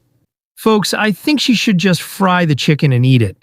It's a good source of iron, which should help with her anemia. The next day, Soo-kyung says to them, "That night was unusually dark. I went up to the school rooftop. The rooftop feels nice and open, you know. It was around 9 p.m. at the time. I thought no one would be there except maybe a few teachers, when suddenly I noticed something strange. I started hearing piano music from somewhere. You guys know the music room is on the top floor of the school, right? I was thinking, who's playing the piano at this hour? But suddenly, chills ran all over my body. Because whoever it was played so well it gave me goosebumps." Meanwhile, we see Gyu-min is also listening to this story. Jin-young asks why she's telling it like some creepy ghost story. Sunwoo also agrees that it's so scary. Meanwhile, we see Jason trembling as he's weak against stories like this. Soo-kyung wonders aloud on who could have been playing it, as she can't believe their school has someone that talented. Gyu-min crossed his arms saying, "Kang Soo-kyung, do you seriously not know about the ghost of the music room that appears at this school? A long time ago there was a girl at this school who stayed in the music room every night to play the piano. And one day while she was playing, she died. Seems like the candy she was eating got stuck in her throat. Ever since that day, people say that at night piano music echoes from the music room even when nobody's there. Which means the piano you heard, Kang Soo-kyung, was probably played by a ghost." Hearing this, Soo-kyung is confused. Jin-young inwardly says that this is a cheap ghost story. Then he noticed Sunwoo's reaction. She mutters that it sounds scary. Hearing this, he inwardly says, "Does Sunwoo hate scary stuff? She's trembling over something like this? She's more timid than I thought." Just then, a hot female voice called out to both Jin-young and Sunwoo. It was teacher Hang-yeol. She asks them to come help out in the staff room if they are not busy. And so, they both follow her, leaving Soo-kyung alone with Gyu-min. Meanwhile, we see a mysterious chick walking past them. Soo-kyung asks Gyu-min on whether that ghost story is actually real. He stayed silent for a moment, and then says, "Of course it's fake. I made it up because I wanted to see those idiots freak out." Gyu-min then walked away while laughing, that Sunwoo looked genuinely scared. Therefore, he feels pretty proud of himself. Soo-kyung was flabbergasted, calling him a crazy bastard. The scene now shifted to later. It was night already. They now only finished grading the papers, and remarked that it's an exhausting job, and that teacher Hang-yeol really has it rough. Meanwhile, as they walked through the dark corridor, Jin-young noticed Sunwoo trembling. He asks whether she's all right, and she nervously says she's fine. He asks whether it's because of the ghost story Gyu-min told earlier. She says no and starts hitting him playfully, asking what he's talking about, and that ghosts don't exist. So she's not scared at all. She, in a trembling tone, tried to shrug it off, saying, "A ghost that died choking on candy or whatever." Just then they heard sounds of the piano playing. They both tensed, realizing it's actually a piano. Jin-young is confused that at this hour it's coming from the music room. Sunwoo, in a nervous tone, says, "It's exactly like the story from earlier. Don't tell me a ghost is actually playing it?" However, Jin-young shrugged it off, saying, "Come on, no way. It's probably just some student staying late to practice." But then they both notice a strange figure approaching them. Its eyes glowed in the darkness. Jin-young is surprised that there's actually someone still at school this late. He notices Sunwoo trembling in fear and realizes she's actually scared. The dark figure began closing on them, and Sunwoo screamed her lungs off and dashed up the stairs, shouting that it's the ghost that died choking on candy. Jin-young called out to her, asking where she's going. She keeps running up the stairs, pleading him to save her. Jin-young followed her, shouting at her to run downstairs instead. Meanwhile, the dark, mysterious, creepy figure stopped and wondered what's with them. We then see that it was actually teacher Hangyeol. She wonders whether they seriously ran thinking she was a ghost. She starts doubting herself, wondering if she really looks similar to a ghost right now. She now seems hurt. Meanwhile, at the rooftop, Jin-young entered, only to be shocked as Sunwoo was on the ground, unable to catch her breath, as her anemic condition cooked her for running up the stairs. Sunwoo then tried to stand up, saying that the dark thing suddenly came towards them earlier. Jin-young just replies that it probably looked dark because it was nighttime. It was obviously a person. She's just scared because of that fat pig who said weird stuff. Just then they hear the piano again. Jin-young crossed his arms while inwardly saying, "Seriously, who's playing the piano at this hour? No wonder weird ghost stories start spreading. And Sunwoo's terrified right now, so I need to calm her down quickly." Just then, wearing a cape, Jason says, "Wait, this is actually the perfect situation. This is your chance to get closer to Sunwoo." A girl trembling in fear. When a guy and a girl are together in a situation like this, you know what happens next. Just then we see Sunwoo grabbing onto his sleeve. In a nervous tone, she admits she's really scared. Jin-young blushes and realizes it's the suspension bridge effect. It is a psychological phenomenon in which people mistake feeling of physical excitement or fear for romantic attraction. But Jin-young tells Jason that the suspension bridge effect operation is kind of difficult when the piano music sounds this cheerful. Also, Sunwoo looks much more relaxed now. She doesn't seem scared anymore. Anyway, Jin-young stops staring at her and says that the ghost is really good at playing the piano. She affirmed and revealed that it's the waltz, and she says the exact rhythm correctly. Jin-young is surprised and asks how she knows that so well. She replies, "I used to take ballroom dance lessons when I was little. Gumin and I went together back in kindergarten. He threw a fit because he didn't want to be paired with me." We then see that Gumin had complained to the teacher that he wants a different partner, while poor Sunwoo had cried out saying, "Hey, I don't want to dance with you either." Anyway, now Jin-young asks whether she doesn't dance anymore. She reveals that she quit and joined art classes because it seemed fun, and now she has anemia too. She then revealed that Gumin is actually an amazing dancer and that he's a dance prodigy. Jin-young is surprised, unable to imagine him dancing with a body like that. Anyway, he says that ballroom dancing must have been fun and admits that he is completely unfamiliar with it. Hearing this, Sunwoo thoughtfully says, "I don't remember much since it was back in kindergarten, but since we have got a ghost playing for us anyway, give me your hand." Jin-young becomes confused and does so. As the piano played in the background, she gently took his hands and began teaching the next step. However, Bro accidentally trampled her feet, causing her to scream in pain. He quickly apologizes to her profusely. She mutters that the bruise from Soo Kyung's low kick hasn't even healed yet. Anyway, she tells him to try again. This time she spinned him on purpose, sending him tripping over his leg and falling face first. Seeing this, she burst into laughter, that he's seriously terrible at this. He held his nose, muttering that the injury he got due to Soo Kyung hasn't healed yet. Sunwoo laughed even harder. Then she composed herself with a satisfied smile and asked whether he wants to give it one last try. He agrees to it. However, she says that if he stepped on her foot again, she'll break his too. He nervously apologizes. Then he knelt down saying, "I'm hopeless at this, so you'll have to teach me properly, Sunwoo."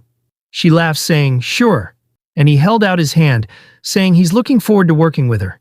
This made her stunned as if he's proposing to her. Then with a smile she says, "Wow, same here." This made the scene look like she accepted his confession, and Jin-young blushed, while she had a satisfied look on her face. Meanwhile, seeing this, Jason says, "The ghost of the music room." The mysterious piano music heard throughout the school every night. No one knows who's playing it, but that strange melody was enough to become a ghost story for some. But now, to someone else, it must have become a melody that feels like a gift. Later, after they finish dancing, they head out of the school building. Jin-young asks whether she still does art. She affirmed that she does it all the time. He asked whether she could draw a bearded, muscular macho guy for him, and that he'll definitely pay for it. She thinks about it, saying she's not very good at drawing people, but she can give it a shot sometime. Jin Yong thanks her, while inwardly saying he didn't know Sunwoo liked drawing. Now he feels like there was something he wanted to do, but he doesn't remember it. Just then, Sunwoo walked towards the school building, saying she needs to use the restroom. Jin Yong asks whether she's okay, but she waves, asking what he means, and that she'll be right back. Now Bro is left standing there alone, confused about this strange situation. Sunwoo was terrified earlier, but now she's walking into that dark school all by herself. Has she already gotten used to the fear? Jason comments that it's suspicious. Jin Yong asks why, and Jason asks whether he remembers about the suspension bridge effect operation. Jin Yong affirms that he never got around to doing it. Jason replies, I have been thinking. Maybe the suspension bridge effect operation has already been underway this whole time. Meanwhile, inside the restroom, we see Sunwoo applying lipstick. She chuckles, saying, "The ghost of the music room? Come on, ghosts don't exist, though my foot still hurts from being stepped on. Park Jin Yong, you clumsy idiot." Meanwhile, the scene shifted to the music room. Teacher Hangyeol entered, asking whether the girl finished playing the piano. It's getting too late, so she should stop playing and go home. Teacher Hangyeol called the girl by her name, Yo Jin, and we see that it was the girl I mentioned earlier. She was the one who had been playing the piano. Yo Jin was eating candy, and in a muffled tone asks whether she could just play one more song. Teacher Hangyeol asks what she's even saying, and that she can't hear a word she's mumbling. Yojin realizes it's due to the candy she's chewing and apologizes for it. Teacher Hangyeol just says, all right, let's get you home. Folks, it appears Gyumin's ghost story was actually real. This girl was actually eating candy while playing the piano. Maybe she'll one day choke on it. Anyway, the scene now shifted to the next day. Folks, Sunwoo is in good terms with everyone at school, and this will matter a lot moving forward. Meanwhile, in her classroom, she was lost in thought, thinking about Jin Yong's request on wanting a drawing of a bearded, muscular macho guy. She notes that the theme is far too broad, and decides to go ask him. However, at that moment, a group of girls called her, asking whether she has some time. Sunwoo wants to reject them, but ends up putting a fake smile, calling them by their names, and asking what's going on. Ewan held her phone towards her, saying, "Take a look at this. You know how I shoot vlogs as a hobby and upload them to YouTube? You were in it for a bit last time." And after that, the views completely exploded. People are going crazy, asking when you're going to be in it again. They keep asking if we're close and everything. They say you're super pretty. Hearing this, Sunwoo let out a chuckle and asked whether Yuwon is going to be an influencer now. She affirmed, saying, "Yeah, so about that. Let's actually sit down and shoot a vlog together this time. If it makes money later, I'll treat you to something good." Sunwoo becomes hesitant, but she eventually agrees to it. Later, during break time, Jason states that today's mission is to ask Sunwoo to go to the snack bar with Jin Yong. Jin Yong asks, "Isn't it going to be way too obvious?" However, Jason replies saying, "Nonsense. Did you not make up your mind to get closer to Sunwoo? An act of this level is merely a practice stage." Jin Yong affirmed, since he made up his mind, he just has to gather his courage. He then went to Sunwoo's classroom, already feeling nervous, but then he stopped as she was vlogging with her friends. Ewan tells Sunwoo that the viewers are asking her name, but Sunwoo says it's a secret. Yewen says to the viewers that the three of them are super close like this, and Sunwoo just let out a chuckle, playing along with these cringe liars. Anyway, Jin Yong notes that Sunwoo seems busy right now, so he decides to come back later. Meanwhile, Sunwoo noticed him leaving the classroom. She just remains thoughtful. After that, Jin Yong tried to approach her again to go to the snack bar, but she was still occupied by the girls. His mission became a complete failure, as she was busy all day. Once school was over, Jin Yong was walking alone, feeling down that he couldn't approach her. Jason consoled him, saying, "It couldn't be helped. Sunwoo is incredibly popular at school after all." Jin Yong affirmed, saying, "I didn't realize she had that many close friends. Sunwoo is really amazing." Meanwhile, Sunwoo was behind him and heard everything he said just now. She called out his name, asking is he talking to himself while walking today also? Startled, he stutters, saying, "What are you talking about?" "Talking to myself? I wasn't doing that." Sunwoo giggles and playfully smacks him, saying, I see you do it all the time. Don't play dumb. Don't tell me you made an imaginary friend and talked to them? Hearing this, he accidentally mutters on how she knew. Anyway, Sunwoo now tells him that she doesn't have bus fare again today. He asks whether he should walk her, and she affirmed. But just then a group of girls called out to Sunwoo, remarking that it's perfect timing. Sunwoo greets them, and they ask whether she's busy. Since they bumped into each other, they should do the vlog now. Yuan then noticed that she's with Jin Yong. Subin then cheekily says to her friend, Yuan, at times like this, we should take the hint and leave. Yuan agreed and waved at Sunwoo, saying they can film tomorrow. Sunwoo says bye, and a genuine smile crept on her face. Subin says to her friend that she's being a bit too much on Sunwoo, and Yuan asks if she thinks so. Then Sunwoo's expression completely cracked as Yuan says, it's fine. Sunwoo is nice, so she'll definitely do us this favor. I'll just buy some tteokbokki later. Subin laughs. It's true. Meanwhile, Jin Yong wonders whether they are close friends with Sunwoo. He really doesn't know much about Sunwoo's social life. Then again, Sukyong did say Sunwoo was on good terms with everyone. But then he gets confused as he saw her face. Her expression was totally different from the usual. He couldn't understand the reason behind this. Sunwoo lets out a snicker and then quickly laughs, saying, Wow, I must be an idiot. Jin Yong asks why, and she held up her card saying, I totally forgot I recharged my bus card yesterday, and I have somewhere to stop by, so you don't need to walk me today. Jin Yong awkwardly waved goodbye and just observed her strange behavior. Her expression felt incredibly off. Speaking of off, he remembered Gyu-min saying that he felt a sense of incongruity from Sunwoo, and that feeling is still lingering. Now Jin Yong wonders whether that was what Gyu-min was talking about. Jason chimed in saying, it seems certain. Even though it was a situation that could be easier brushed off, Sunwoo's expression just now was incredibly agitated. And the way she hastily left this spot. There's no doubt this is the off feeling that Fat Pig mentioned. What do you say, my friend? Care to dig into it?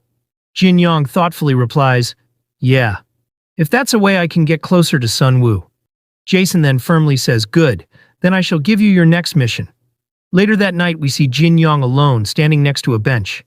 Jason had told him to call someone within the scope of the people he knew. Someone who seems closest to Sunwoo. Just then a female called out his name. It was Sukyong. She approaches him saying, why are you calling me out in the middle of the night? Seriously, I told you not to fall for me. It appears that this chick is the only person who came to Jin Yong's mind, because she's usually always with Sunwoo. Sukyong tells him to say it quickly since she has to go work soon. Surprised, he asks whether she does night shifts.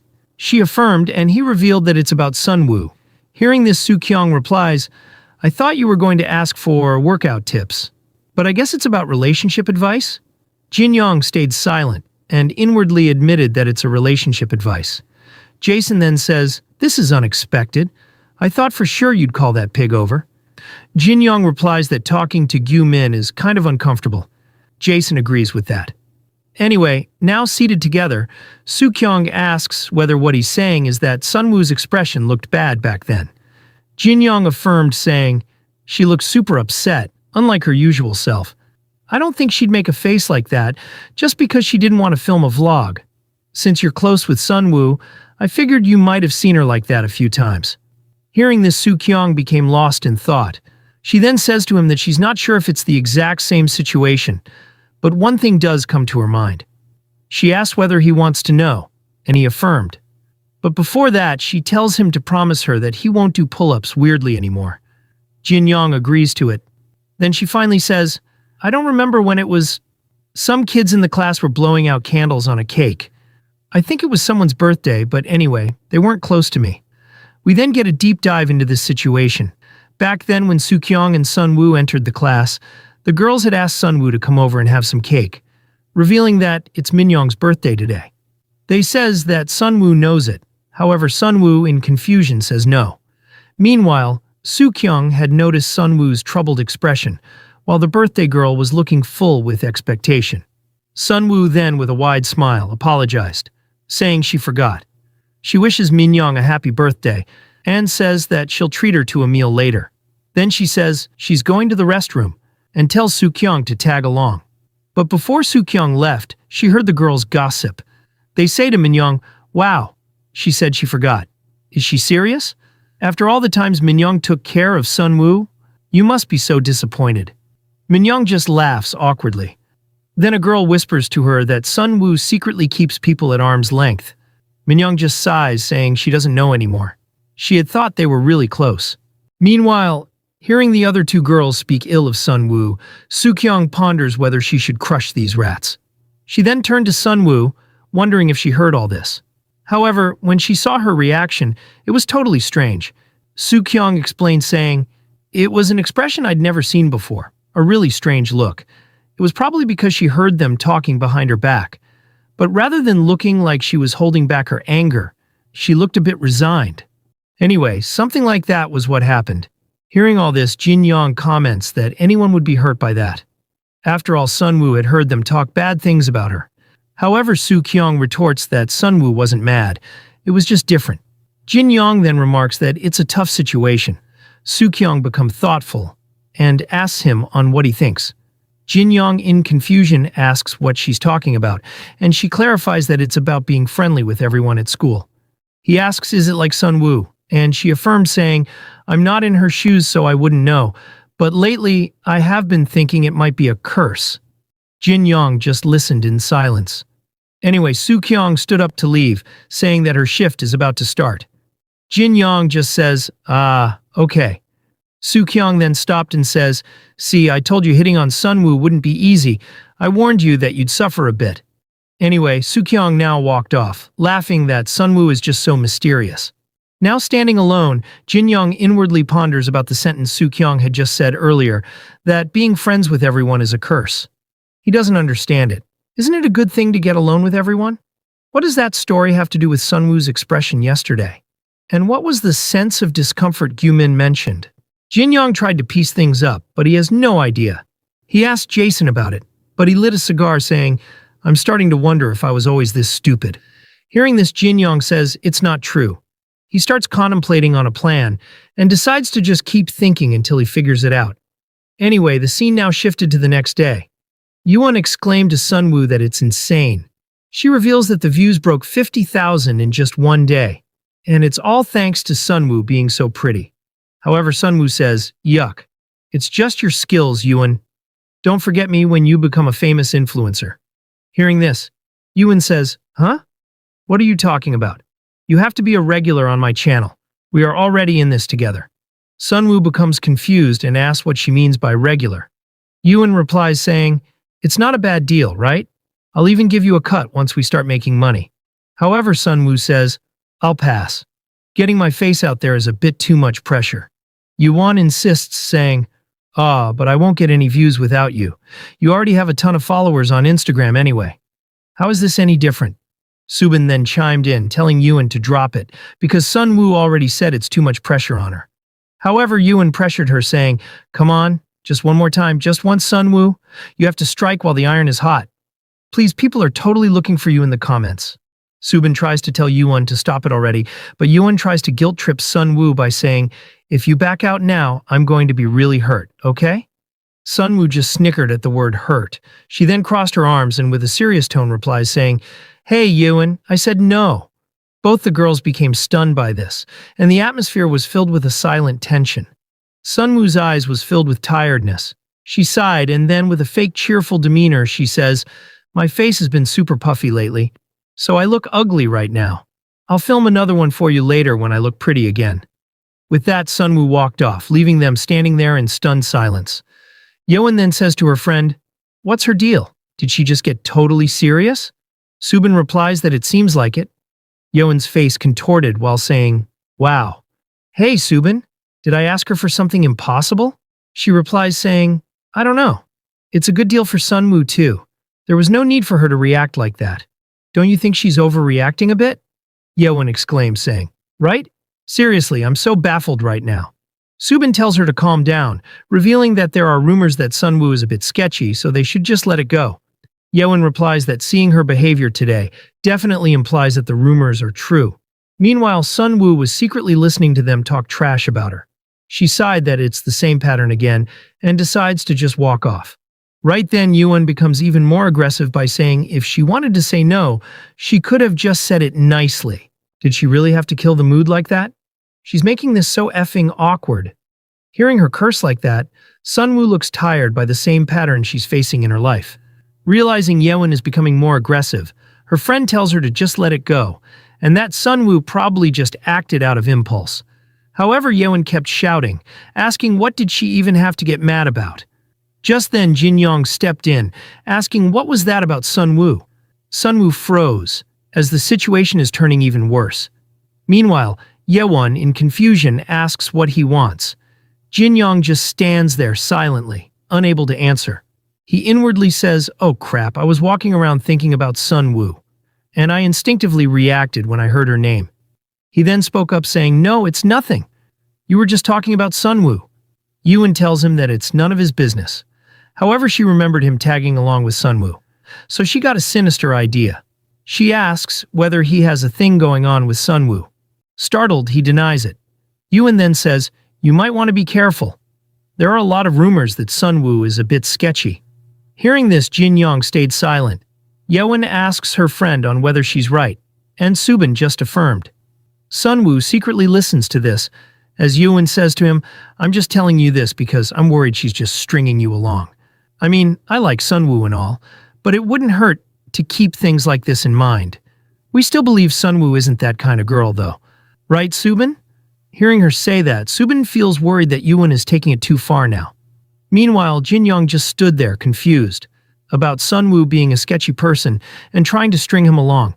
He stared at these boulders talking crap about Sunwoo, and he wonders whether these pebbles are out of their minds. We then get an epiphany, a place overflowing with unconditional love, where hatred and malice do not exist, and only happiness fills the air. I can say with certainty that such a world cannot exist. Unless, of course, heaven actually exists. But the moment you start believing in a place like that, life inevitably becomes miserable. Because the moment your belief turns out to be an illusion, the pain is unbearable. Now, in the present, Jin Yong wonders whether these pebbles are out of their minds for thinking Sunwoo is a sketchy person and trying to string him along. Yeon then says to him that if rumors like that are going around, he should think it over carefully. However, Jin Yong firmly replies, "Who are you to just show up and spout nonsense?" This froze them. Sunwoo, who is hiding, is also surprised as he says, "You guys are unbelievable. Are you even close with Sunwoo? Are you saying this because you're close to her, or what? Why are you acting like this?" These rats now remain speechless, and Yuan quickly ends the chat and tells Subin to go with her now. As they make their escape, Jason says to Jin Yong, "Looks like they hold some kind of grudge against Sunwoo, so they are subtly talking behind her back. Be careful, my friend. Getting caught up in this kind of mess will only be a pain." However, suddenly, Jin Yong grabbed Yeon's arm and asks where does she think she's going. Yeon is stunned and he pressed her saying, "Why did you stop talking all of a sudden? Didn't you have more to say?" Saying Sunwoo gives off a bad vibe or whatever. "Are you trying to drive a wedge between us or what? I mean, in the first place, who do you think you are? I'll be the judge of what kind of person Sunwoo is." Yeon looks startled and intimidated. They remain silent for a while, and Jin Yong just lets go and walks away saying, "Whatever, just do whatever you want, whether you talk behind her back or curse her out." Unbelievable. Meanwhile, as Jin Yong was approaching her location, Sunwoo quickly ran downstairs to avoid getting caught. The rats just stand there, speechless. Sobin tells her friend that they should stop now, but Yeon, like a psychopath, exclaimed, saying, "Wow, they really must be dating. Otherwise, their behavior makes no sense." Sobin tries to de-escalate, but Yeon laughs that Jin Yong and Sunwoo are very amusing. Meanwhile, we see Gyu-min walking in the background. Yeon says to Subin that she wonders how much more fun things will get if they spread this rumor. Subin tries to stop her, but Yeon rambled, saying, "I mean, look at them. They are so lovey-dovey. We should help them out. Don't you think?" Just then, Gyu-min violently crashed into this rat, muttering that he's hungry. Yeon fell to the floor and was knocked out cold. Subin screamed Yeon's name in panic and then shouted at him, saying, "Hey, you fat pig! Are you crazy?" Gyu-min nonchalantly turned, saying, "Oh my, did I run someone over? I'm sorry for that. But why couldn't you dodge? If you stand in the middle of the hallway during lunchtime, did you not think a starving person might come rushing out? However, they are serving pork cutlets for lunch today, so I'll let this slide. Gyu-min then simply walked off, while Subin was screaming her lungs off trying to wake Yuan. The scene now shifted to later. School had already finished, and it was raining heavily. Jin-young was standing there alone, lamenting to Jason that he doesn't have an umbrella. Jason tells him to run through it like a man. Jin-young admits that he has no other choice. Then he talks about Sun-woo. He says to Jason, "So what was it all about in the end?" Sun-woo's overly agitated expression, the curse Soo-kyung mentioned, and the sense of incongruity Gyu-min talked about. I still don't know what it all means. Could it really just be that from Sun-woo's perspective, she just hated being pestered by kids she wasn't even close to? Jason replies, "It's hard to say. It might be because of some personal trauma. My friend, don't you also have wounds others would struggle to understand?" Jin-young admits it, and Jason suggests they shouldn't dig any deeper into this for now. Jin-young replies, "You're right, Jason. It won't be too late to ask about these things after I get closer to Sun-woo." Jin-young then held out his hand, feeling the heavy rain pouring down. He mutters that he's losing confidence that he can run through this. Just then, Sun-woo exited the school building and found him standing there hesitantly. She was holding an umbrella and remembered his bravery on confronting those rats. He had declared that he will be the judge of what kind of person Sun-woo is. This fluttered her heart, and now she approached with a smile, wanting to share the umbrella. However, she stopped. She remembered her past, where her so-called friends spoke behind her back. She was ostracized, having to eat alone in the cafeteria. Anyway, she now shook those thoughts away and called out to him saying, "Jin-young, you don't have an umbrella, do you? Maybe I'll do you a favor and share." However, she paused, staring at his face. Jin-young warmly smiled at her, saying, "Sun-woo, thanks goodness you're here. Could you share your umbrella with me? Just to the bus stop." But she kept staring at him with her eyes widened. They just stand there silently, and Jin-young doesn't understand what's going on. Why is she staring at him like that? She's not saying anything. Is there something on his face? Jin-young now hesitantly asks whether there's some problem. Sun-woo tried to compile her words and confesses that he's really handsome. Now she realized what she had done, and Bro was caught off guard by the sudden confession. He thanks her. Sun-woo strangely opened the umbrella and began walking off, saying she'll be going now. Jin-young in confusion tried calling out to her about sharing the umbrella, but she simply ignored and disappeared into the distance. Now left abandoned, Bro wonders wasn't she going to share it with him. Anyway, he mutters on why should she share it? She's not obligated to do anything anyway. The scene now shifted to several days after that incident. At school, Sun-woo waved at the rats, and they were surprised, wondering why she's greeting them. Meanwhile, Jin-young inwardly says, "It seems Sun-woo had stopped hanging out with the group that filmed vlogs. I wanted to tell her they have been talking behind her back, but that would probably only make things worse. So I kept quiet. Still, I can't stop wondering. The look on Sun-woo's face that day, that strange sense of unease. What kind of trauma does Sun-woo have? If I want to find out, I need to get closer to Sun-woo first."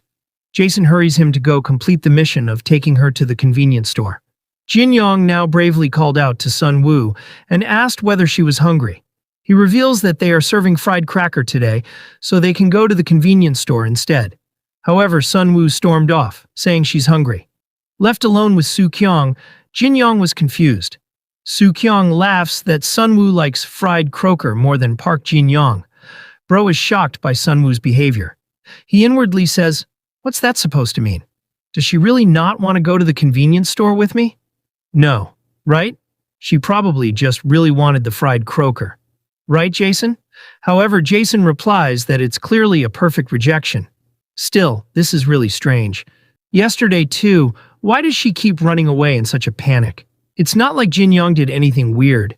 And then there was that completely random compliment about his looks. All of this feels awfully familiar somehow. Meanwhile, Soo-kyung kept laughing, teasing that this is the agony of heartbreak.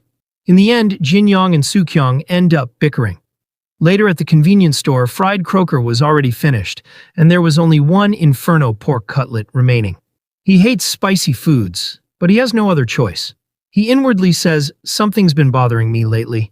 It feels like Sun-woo's been subtly avoiding me. She still returns my greetings, but somehow there's a distance between us now. Maybe I'm just imagining it. I just hope she isn't rejecting me. Just then a female voice could be heard. It was Yo Jin, muttering about the Inferno pork cutlet. She states that it's her favorite. Jin Young just stares at her, confused. As usual, her voice is silent, and her words are all just mumblings. Bro wonders what's with this stone, and why does she keep mumbling?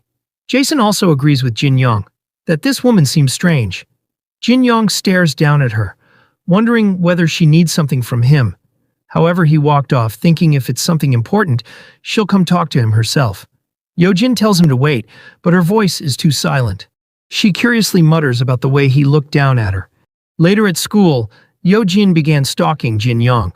He felt eyes on him and saw that it was the girl from before. A friend of his then asks whether he wants to play soccer. Jin Young agrees to play after lunch. Later, when they play soccer, Yojin was still stalking him. After that, Jin Young took a rest, while Soo-kyung was seated next to him. She asked whether he likes running, and he affirmed. Soo-kyung asks whether he wants to run with her every morning. Meanwhile, we see Yo-jin spying on him. Later, he helps carry a heavy stack of papers. The teacher remarks that he's strong, and he thanks her. Yo-jin still kept stalking him. He becomes irritated, wondering whether she's a stalker. Then he drops the heavy stack to the poor teacher and runs off, saying he needs to use the bathroom. Yo-jin realized he's heading straight at her, and she quickly tried to run away. But Bro snatched her, asking where is she trying to run. He asks why she's following him, and whether she's a stalker. Damn. Bro had lifted her off the ground with only one hand, making her unable to run. She tries to wag around, replying that it's a misunderstanding. Jin Young orders her to speak louder. She stutters that she has a favor to ask, and calls him senior. Jin Young realizes that she's a freshman. He tells her to speak louder and drops her down. She then bowed shyly and began stuttering her words. Bro becomes fed up and orders her to speak clearly. She then finally introduces herself as Yo Jin and explains, saying, "The thing is, earlier at the convenience store, you looked at me like I was a bug." Hearing this, Jin Young was caught off guard. In reality, he saw her as a stone, not as a bug. Yojin then says that she realized something after following him around all day. He looks at almost everyone like they are bugs. Jin Young doesn't know how to explain, so he changed the subject, asking about the favor she wanted. She replies, "It's simple. After school, please come to the music room and listen to my original song. I make music, and while I'm performing, please look at me like I'm a bug." Jin Young is surprised, and she confesses that it's okay. She actually likes being looked at that way. Jason mutters that this chick is completely insane. Jin Young then pointed at her, saying, "Yo Jin, you are kind of a pervert, aren't you?" She stood there like a fool and replied, "I guess I phrased that in a way that could be misunderstood. Anyway, you'll listen to it, right?" Jin Young just agrees to listen. Now at the music room, Jin Young says to her that he has been wondering something. She silently asks what it is. He comments that her voice got quiet again. Anyway, he now asks whether she stays at school every night to practice. She affirmed. Then he exclaimed that he knew it was her who was the ghost of the music room.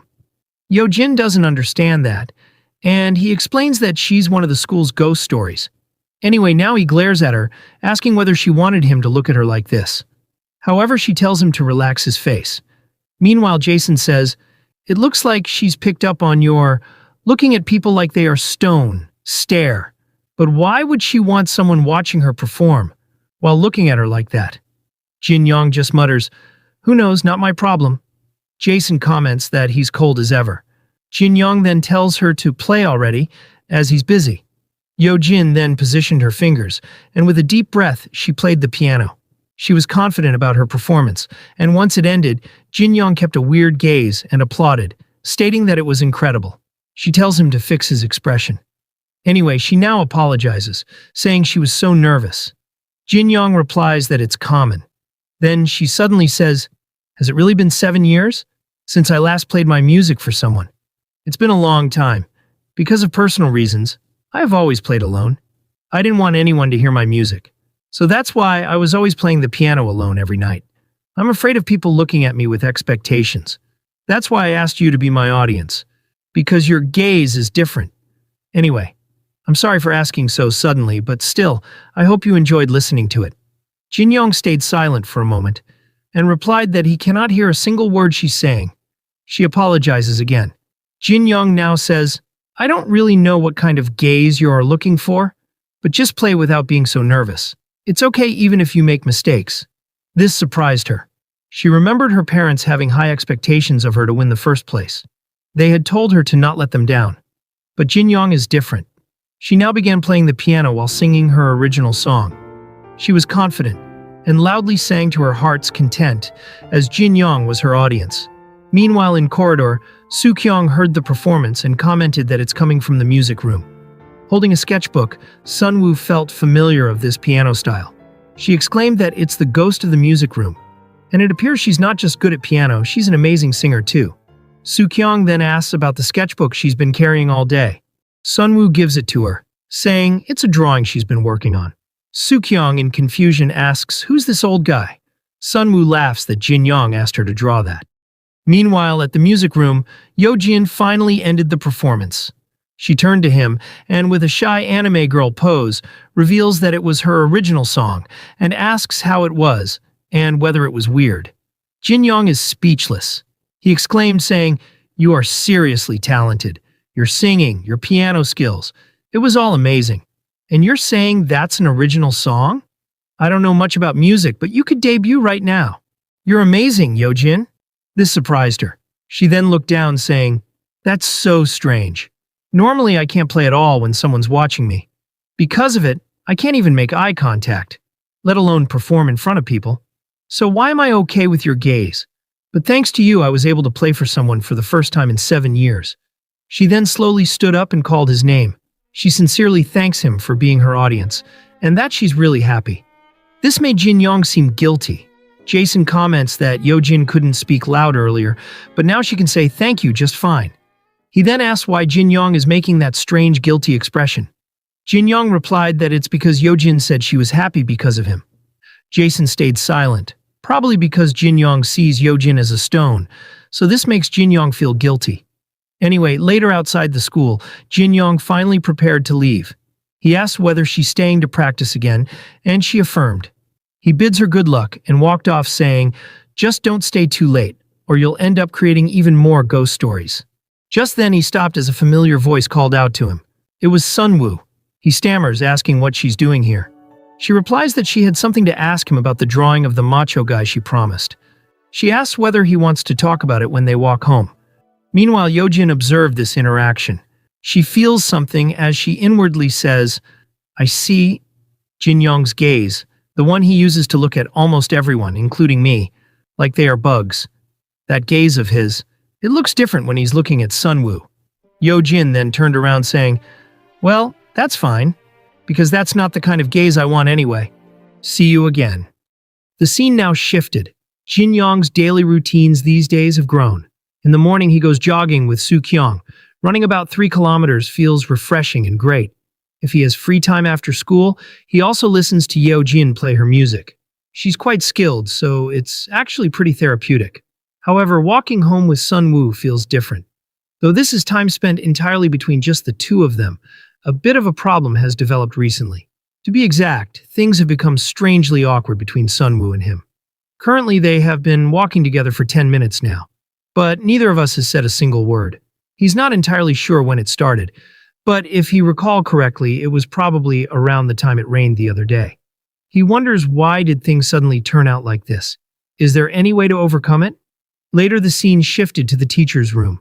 Jin Yong had explained the dilemma he's facing, and hoped Teacher Hangyeol could give him some advice. Teacher Hangyeol, looking stunning as ever, scowled, saying, "Ugh, what a drag." Jin Yong is confused by her words, and she tells him to forget what she said. Then she says, "If you ask me, don't you think it's just because you're acting like such a beta male? Park Jin Yong? Listen here, kid. When it comes to girls, they like manly men, especially the bad boy type." Jin Yong is surprised by this, and she continued saying, "Compared to that, you're way too innocent. The absolute definition of fragile, like someone who needs to be looked after 24/7. Jin Yong asks what he has to do to become a bad boy. She bluntly replies, "First, push up that frustrating hair of yours, remove the glasses, scowl a bit, and show some charisma. Then go right up to Sunwoo and say, 'Come over to my place for ramen or you're dead.'" Jin Young listened carefully, and once she was finished, the room was filled with silence. Then she realized she had yapped some nonsense because she couldn't be bothered about this. She now tells Jin Young that she's just kidding, and Sunwoo is probably just shy. However, Jin Young took her words seriously and clenched his fist, saying, "I see, just as you said, Teacher Hangyeol. What I lack is manliness. It all makes sense now. I'm going to go style my hair right away." "Thank you, Teacher Hangyeol." Surprised, she tries to tell him to wait, but he hurried off. She stayed in her seat frozen for a moment, and inwardly says, "Oh God, did I completely ruin things?" But honestly, leaving it alone might turn out to be pretty entertaining. Just then, a female voice interrupted her thoughts. It was Sunwoo. She wanted some advice on something. She sat down saying, "It feels like things have gotten a bit awkward with a friend lately. Could you give me some advice?" Teacher Hangyeol already knows it's about Jin Young, so she says to her, "Just do me a favor, and find it cute even if that friend suddenly pushes their hair up and does something weird." This totally confused Sunwoo. Meanwhile, as Jin Young was walking out the school building, Jason is impressed that Teacher Hangyeol is a genius. Her advice was incredible. Just as she said, Jin Young needs to become a bit more manly. Jin Young then muttered, "Should I start by changing my appearance? But will a manly style even look good on me when I have never tried it before? What if it turns out worse than not dressing up at all?" Just then, a female voice called out to him. It was Yojin. She greeted him, and noticing him talk to himself while walking down the street, she mutters that this reminds her of a certain mental illness. She's basically trying to say he's schizophrenic. However, Bro just ignored and walked past her, while muttering to himself, "Should I just watch some videos online and learn step by step? Or would a hair salon do a good job if I just go?" Yojin turned back, and then pulled him by his collar, startling him. In his ear, she says, "Treating me like a bug wasn't enough? Now I'm a transparent human? Classic senior Jin Young. You don't even view me as a person, do you?" Realizing who it is, Jin Young mutters that it's the bug. However, he quickly corrected himself, saying it's Yojin. Anyway, he now questions on why she's grabbing him by the back of his neck. She reminds him that he was the one who grabbed her first last time. Anyway, she gets to the point and tells him to listen to her song today. But he shot that down, saying he has something important to take care of today. She asks about it, and he reveals he wants to change his style, so he's looking for a decent hair salon. This intrigued her. She replies that there's a shop she regularly visits, and they are really skilled. She could recommend it if he wants. Jin Young asks, "Is that really okay?" She hands him a business card, telling him to just go to the address and say that Yojin sent him. In return, he must listen to her original composition next time. Thanking her, Jin Young promised to do so and walked off. Later, he arrived at the Gold Platinum Oh My God hair salon. The staff were surprised, asking whether he was really sent by Miss Choi Yo-jin. Jin Young affirmed, saying she told him to come to this address. Meanwhile, he inwardly wonders whether he's in the wrong address. Why does it look so luxurious? And is this even a hair salon to begin with? What's up with those live musicians? Meanwhile, the staff radioed that they have a VVIP guest. They made Jin Young sit in front of a large mirror while surrounded by staff if he ever needed something more from them. The barber greeted him saying, "Welcome, sir. Please let us know at any time if you experience any discomfort. Is there perhaps a specific song you would like the band to perform for you?" Jin Young in confusion replies no, and the barber holds a golden scissor saying, "I am a veteran with 30 years of hairstyling experience. You may call me Anthony Kim. You mentioned you were sent by Miss Yo-jin, correct? I shall ensure you receive top-tier service today." Jin Young was speechless by all this. What in the world is this? VVIP? Just who exactly is Yo-jin? Anyway, Jin Young asks the barber for a manly style. Later, the scene shifted to the next day. In school, the girls were all stunned and began staring at Jin Young. Even the boys were staring. They couldn't believe that it's really Jin Young. His style had drastically changed. As he walked through the hallway, he inwardly says, "Thanks to Yo-jin, I managed to get my hair done. But is this really okay?" You know that feeling, right? When you try a style you never normally do, and your own reflection looks so unfamiliar that you can barely stand it. Meanwhile, Jason comments, "You look plenty handsome, so don't worry too much." Now that the looks are sorted, it's time for action. Jin Yong then approached Sun Woo while trying to remember what exactly teacher Hungjiel said to him. She had told him to scowl and show some charisma. Now Jin Yong called out to Sun Woo, and as she turned, she was surprised. She pointed out his new hairstyle. Even Su Kyung was impressed.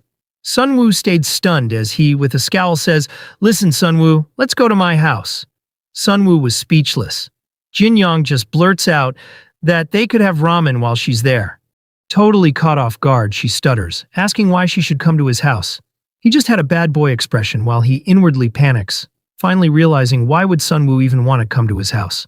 Besides, it's not like his parents won't be home. Bro had skipped every step and just blurted it out.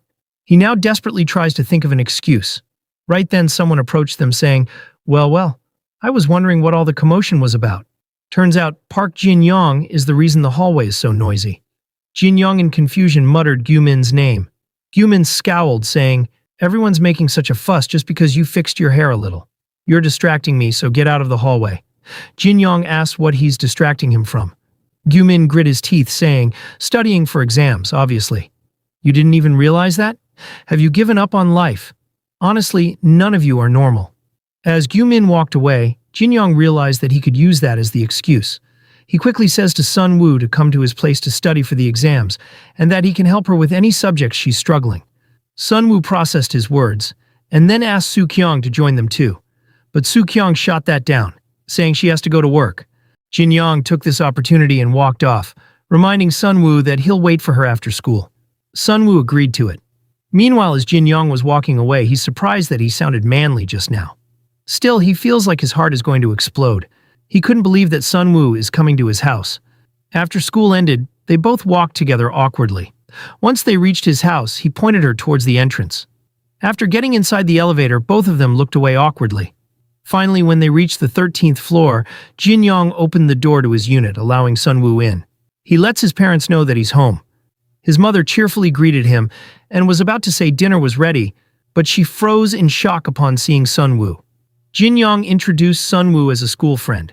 Sun Woo respectfully bowed and greeted her.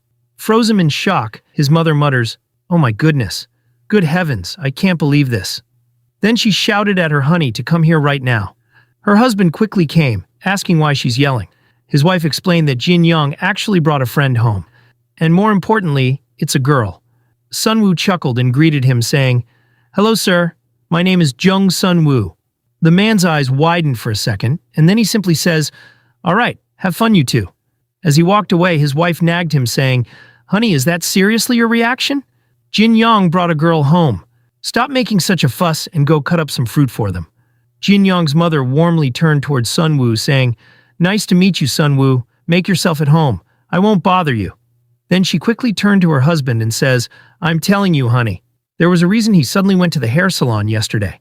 Are you even listening to me?"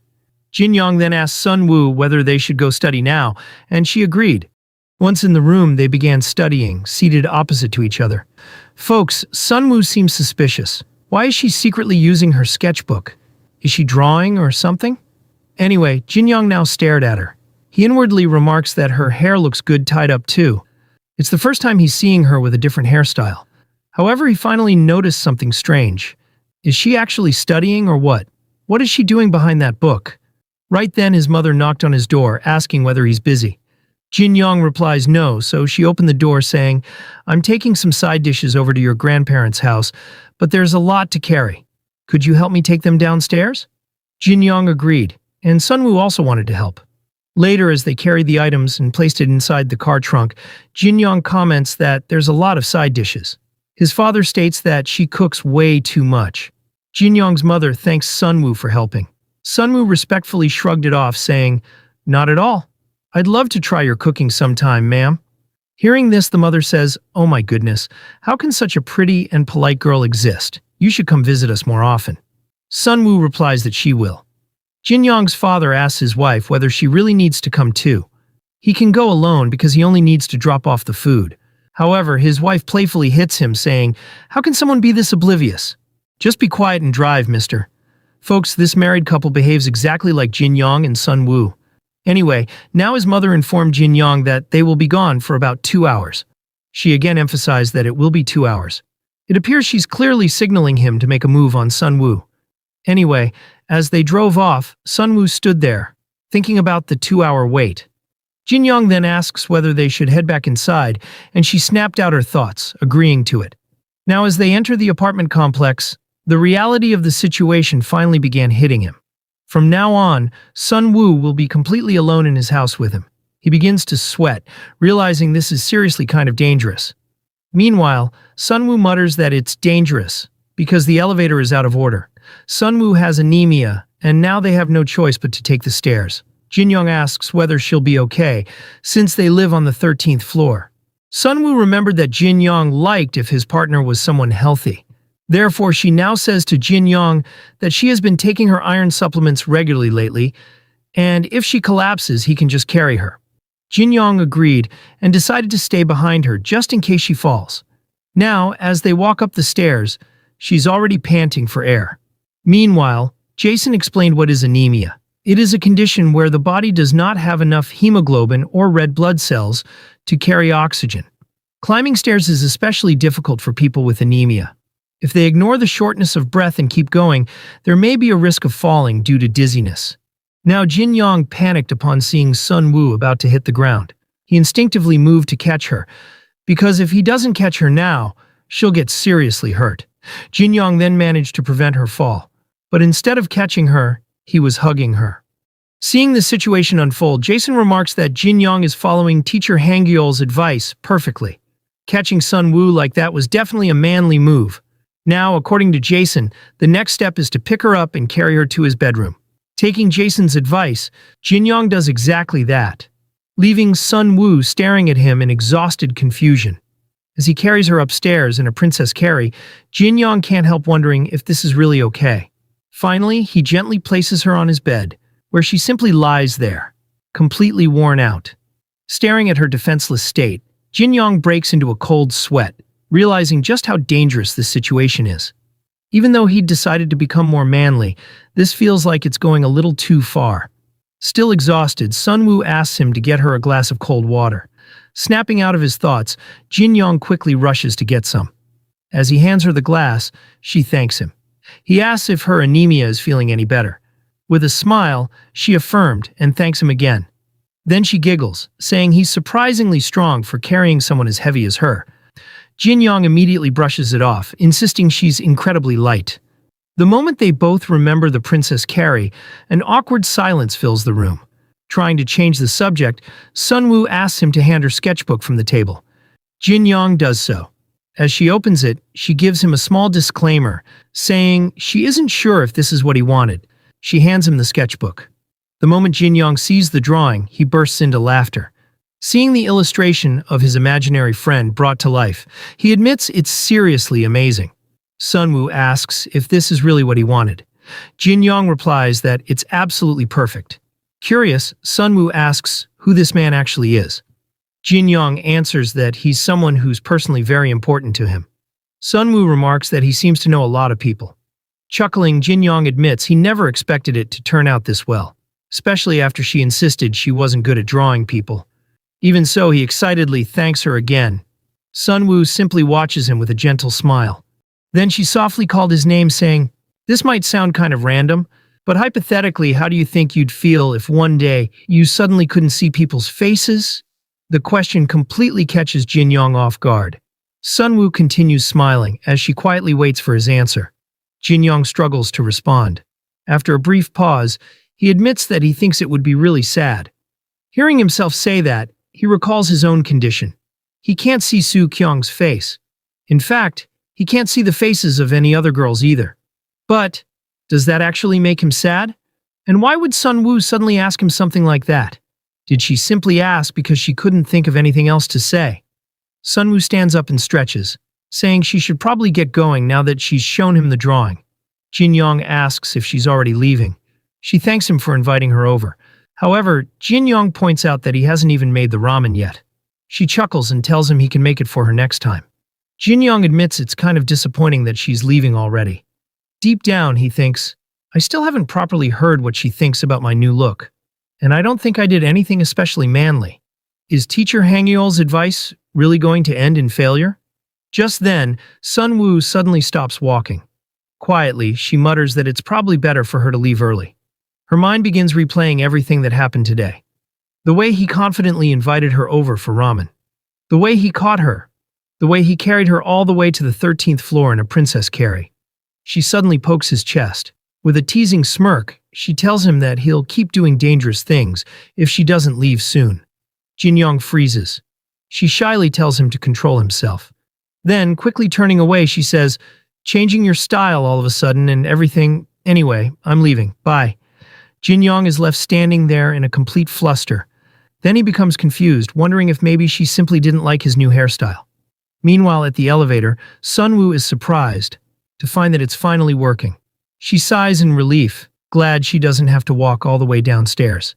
Then she quietly mutters that she's still not used to how Jin-young looks. Back inside the apartment, Jin-young is completely spiraling as he begs Jason for help. What was Sunwoo's reaction supposed to mean? Clutching the sketchbook, Jason quietly admires the artwork once more. He chuckles and tells Jin-young to calm down. Isn't it obvious? She's acting like that because she's embarrassed. The scene then shifts to later that night. As Sunwoo walks through a busy street, a woman suddenly stops her.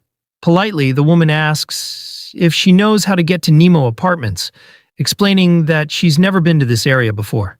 Sunwoo simply stares at her. Her eyes are completely devoid of emotion. Confused, the woman calls out to her again, asking if she could help. At that moment, we finally see the world from Sunwoo's perspective. She can't see anyone's face. Where their faces should be is nothing but darkness. Only their bodies are visible. Quickly composing herself, Sunwoo puts on a cheerful fake smile and asks if it's the woman's first time in the area. She offers to walk her there instead. Surprised by her kindness, the woman thanks her and comments that she's very pretty. Oh no, folks. I think Sunwoo has face blindness. But could it be that she can only see Jin-young's face? Maybe that's why she's so friendly to everyone she meets. After all, if you can't recognize people's faces, making unnecessary enemies would only make life much harder. This is the end of the video. Thanks for watching. If you enjoyed it and want to see more, don't forget to subscribe and leave a comment.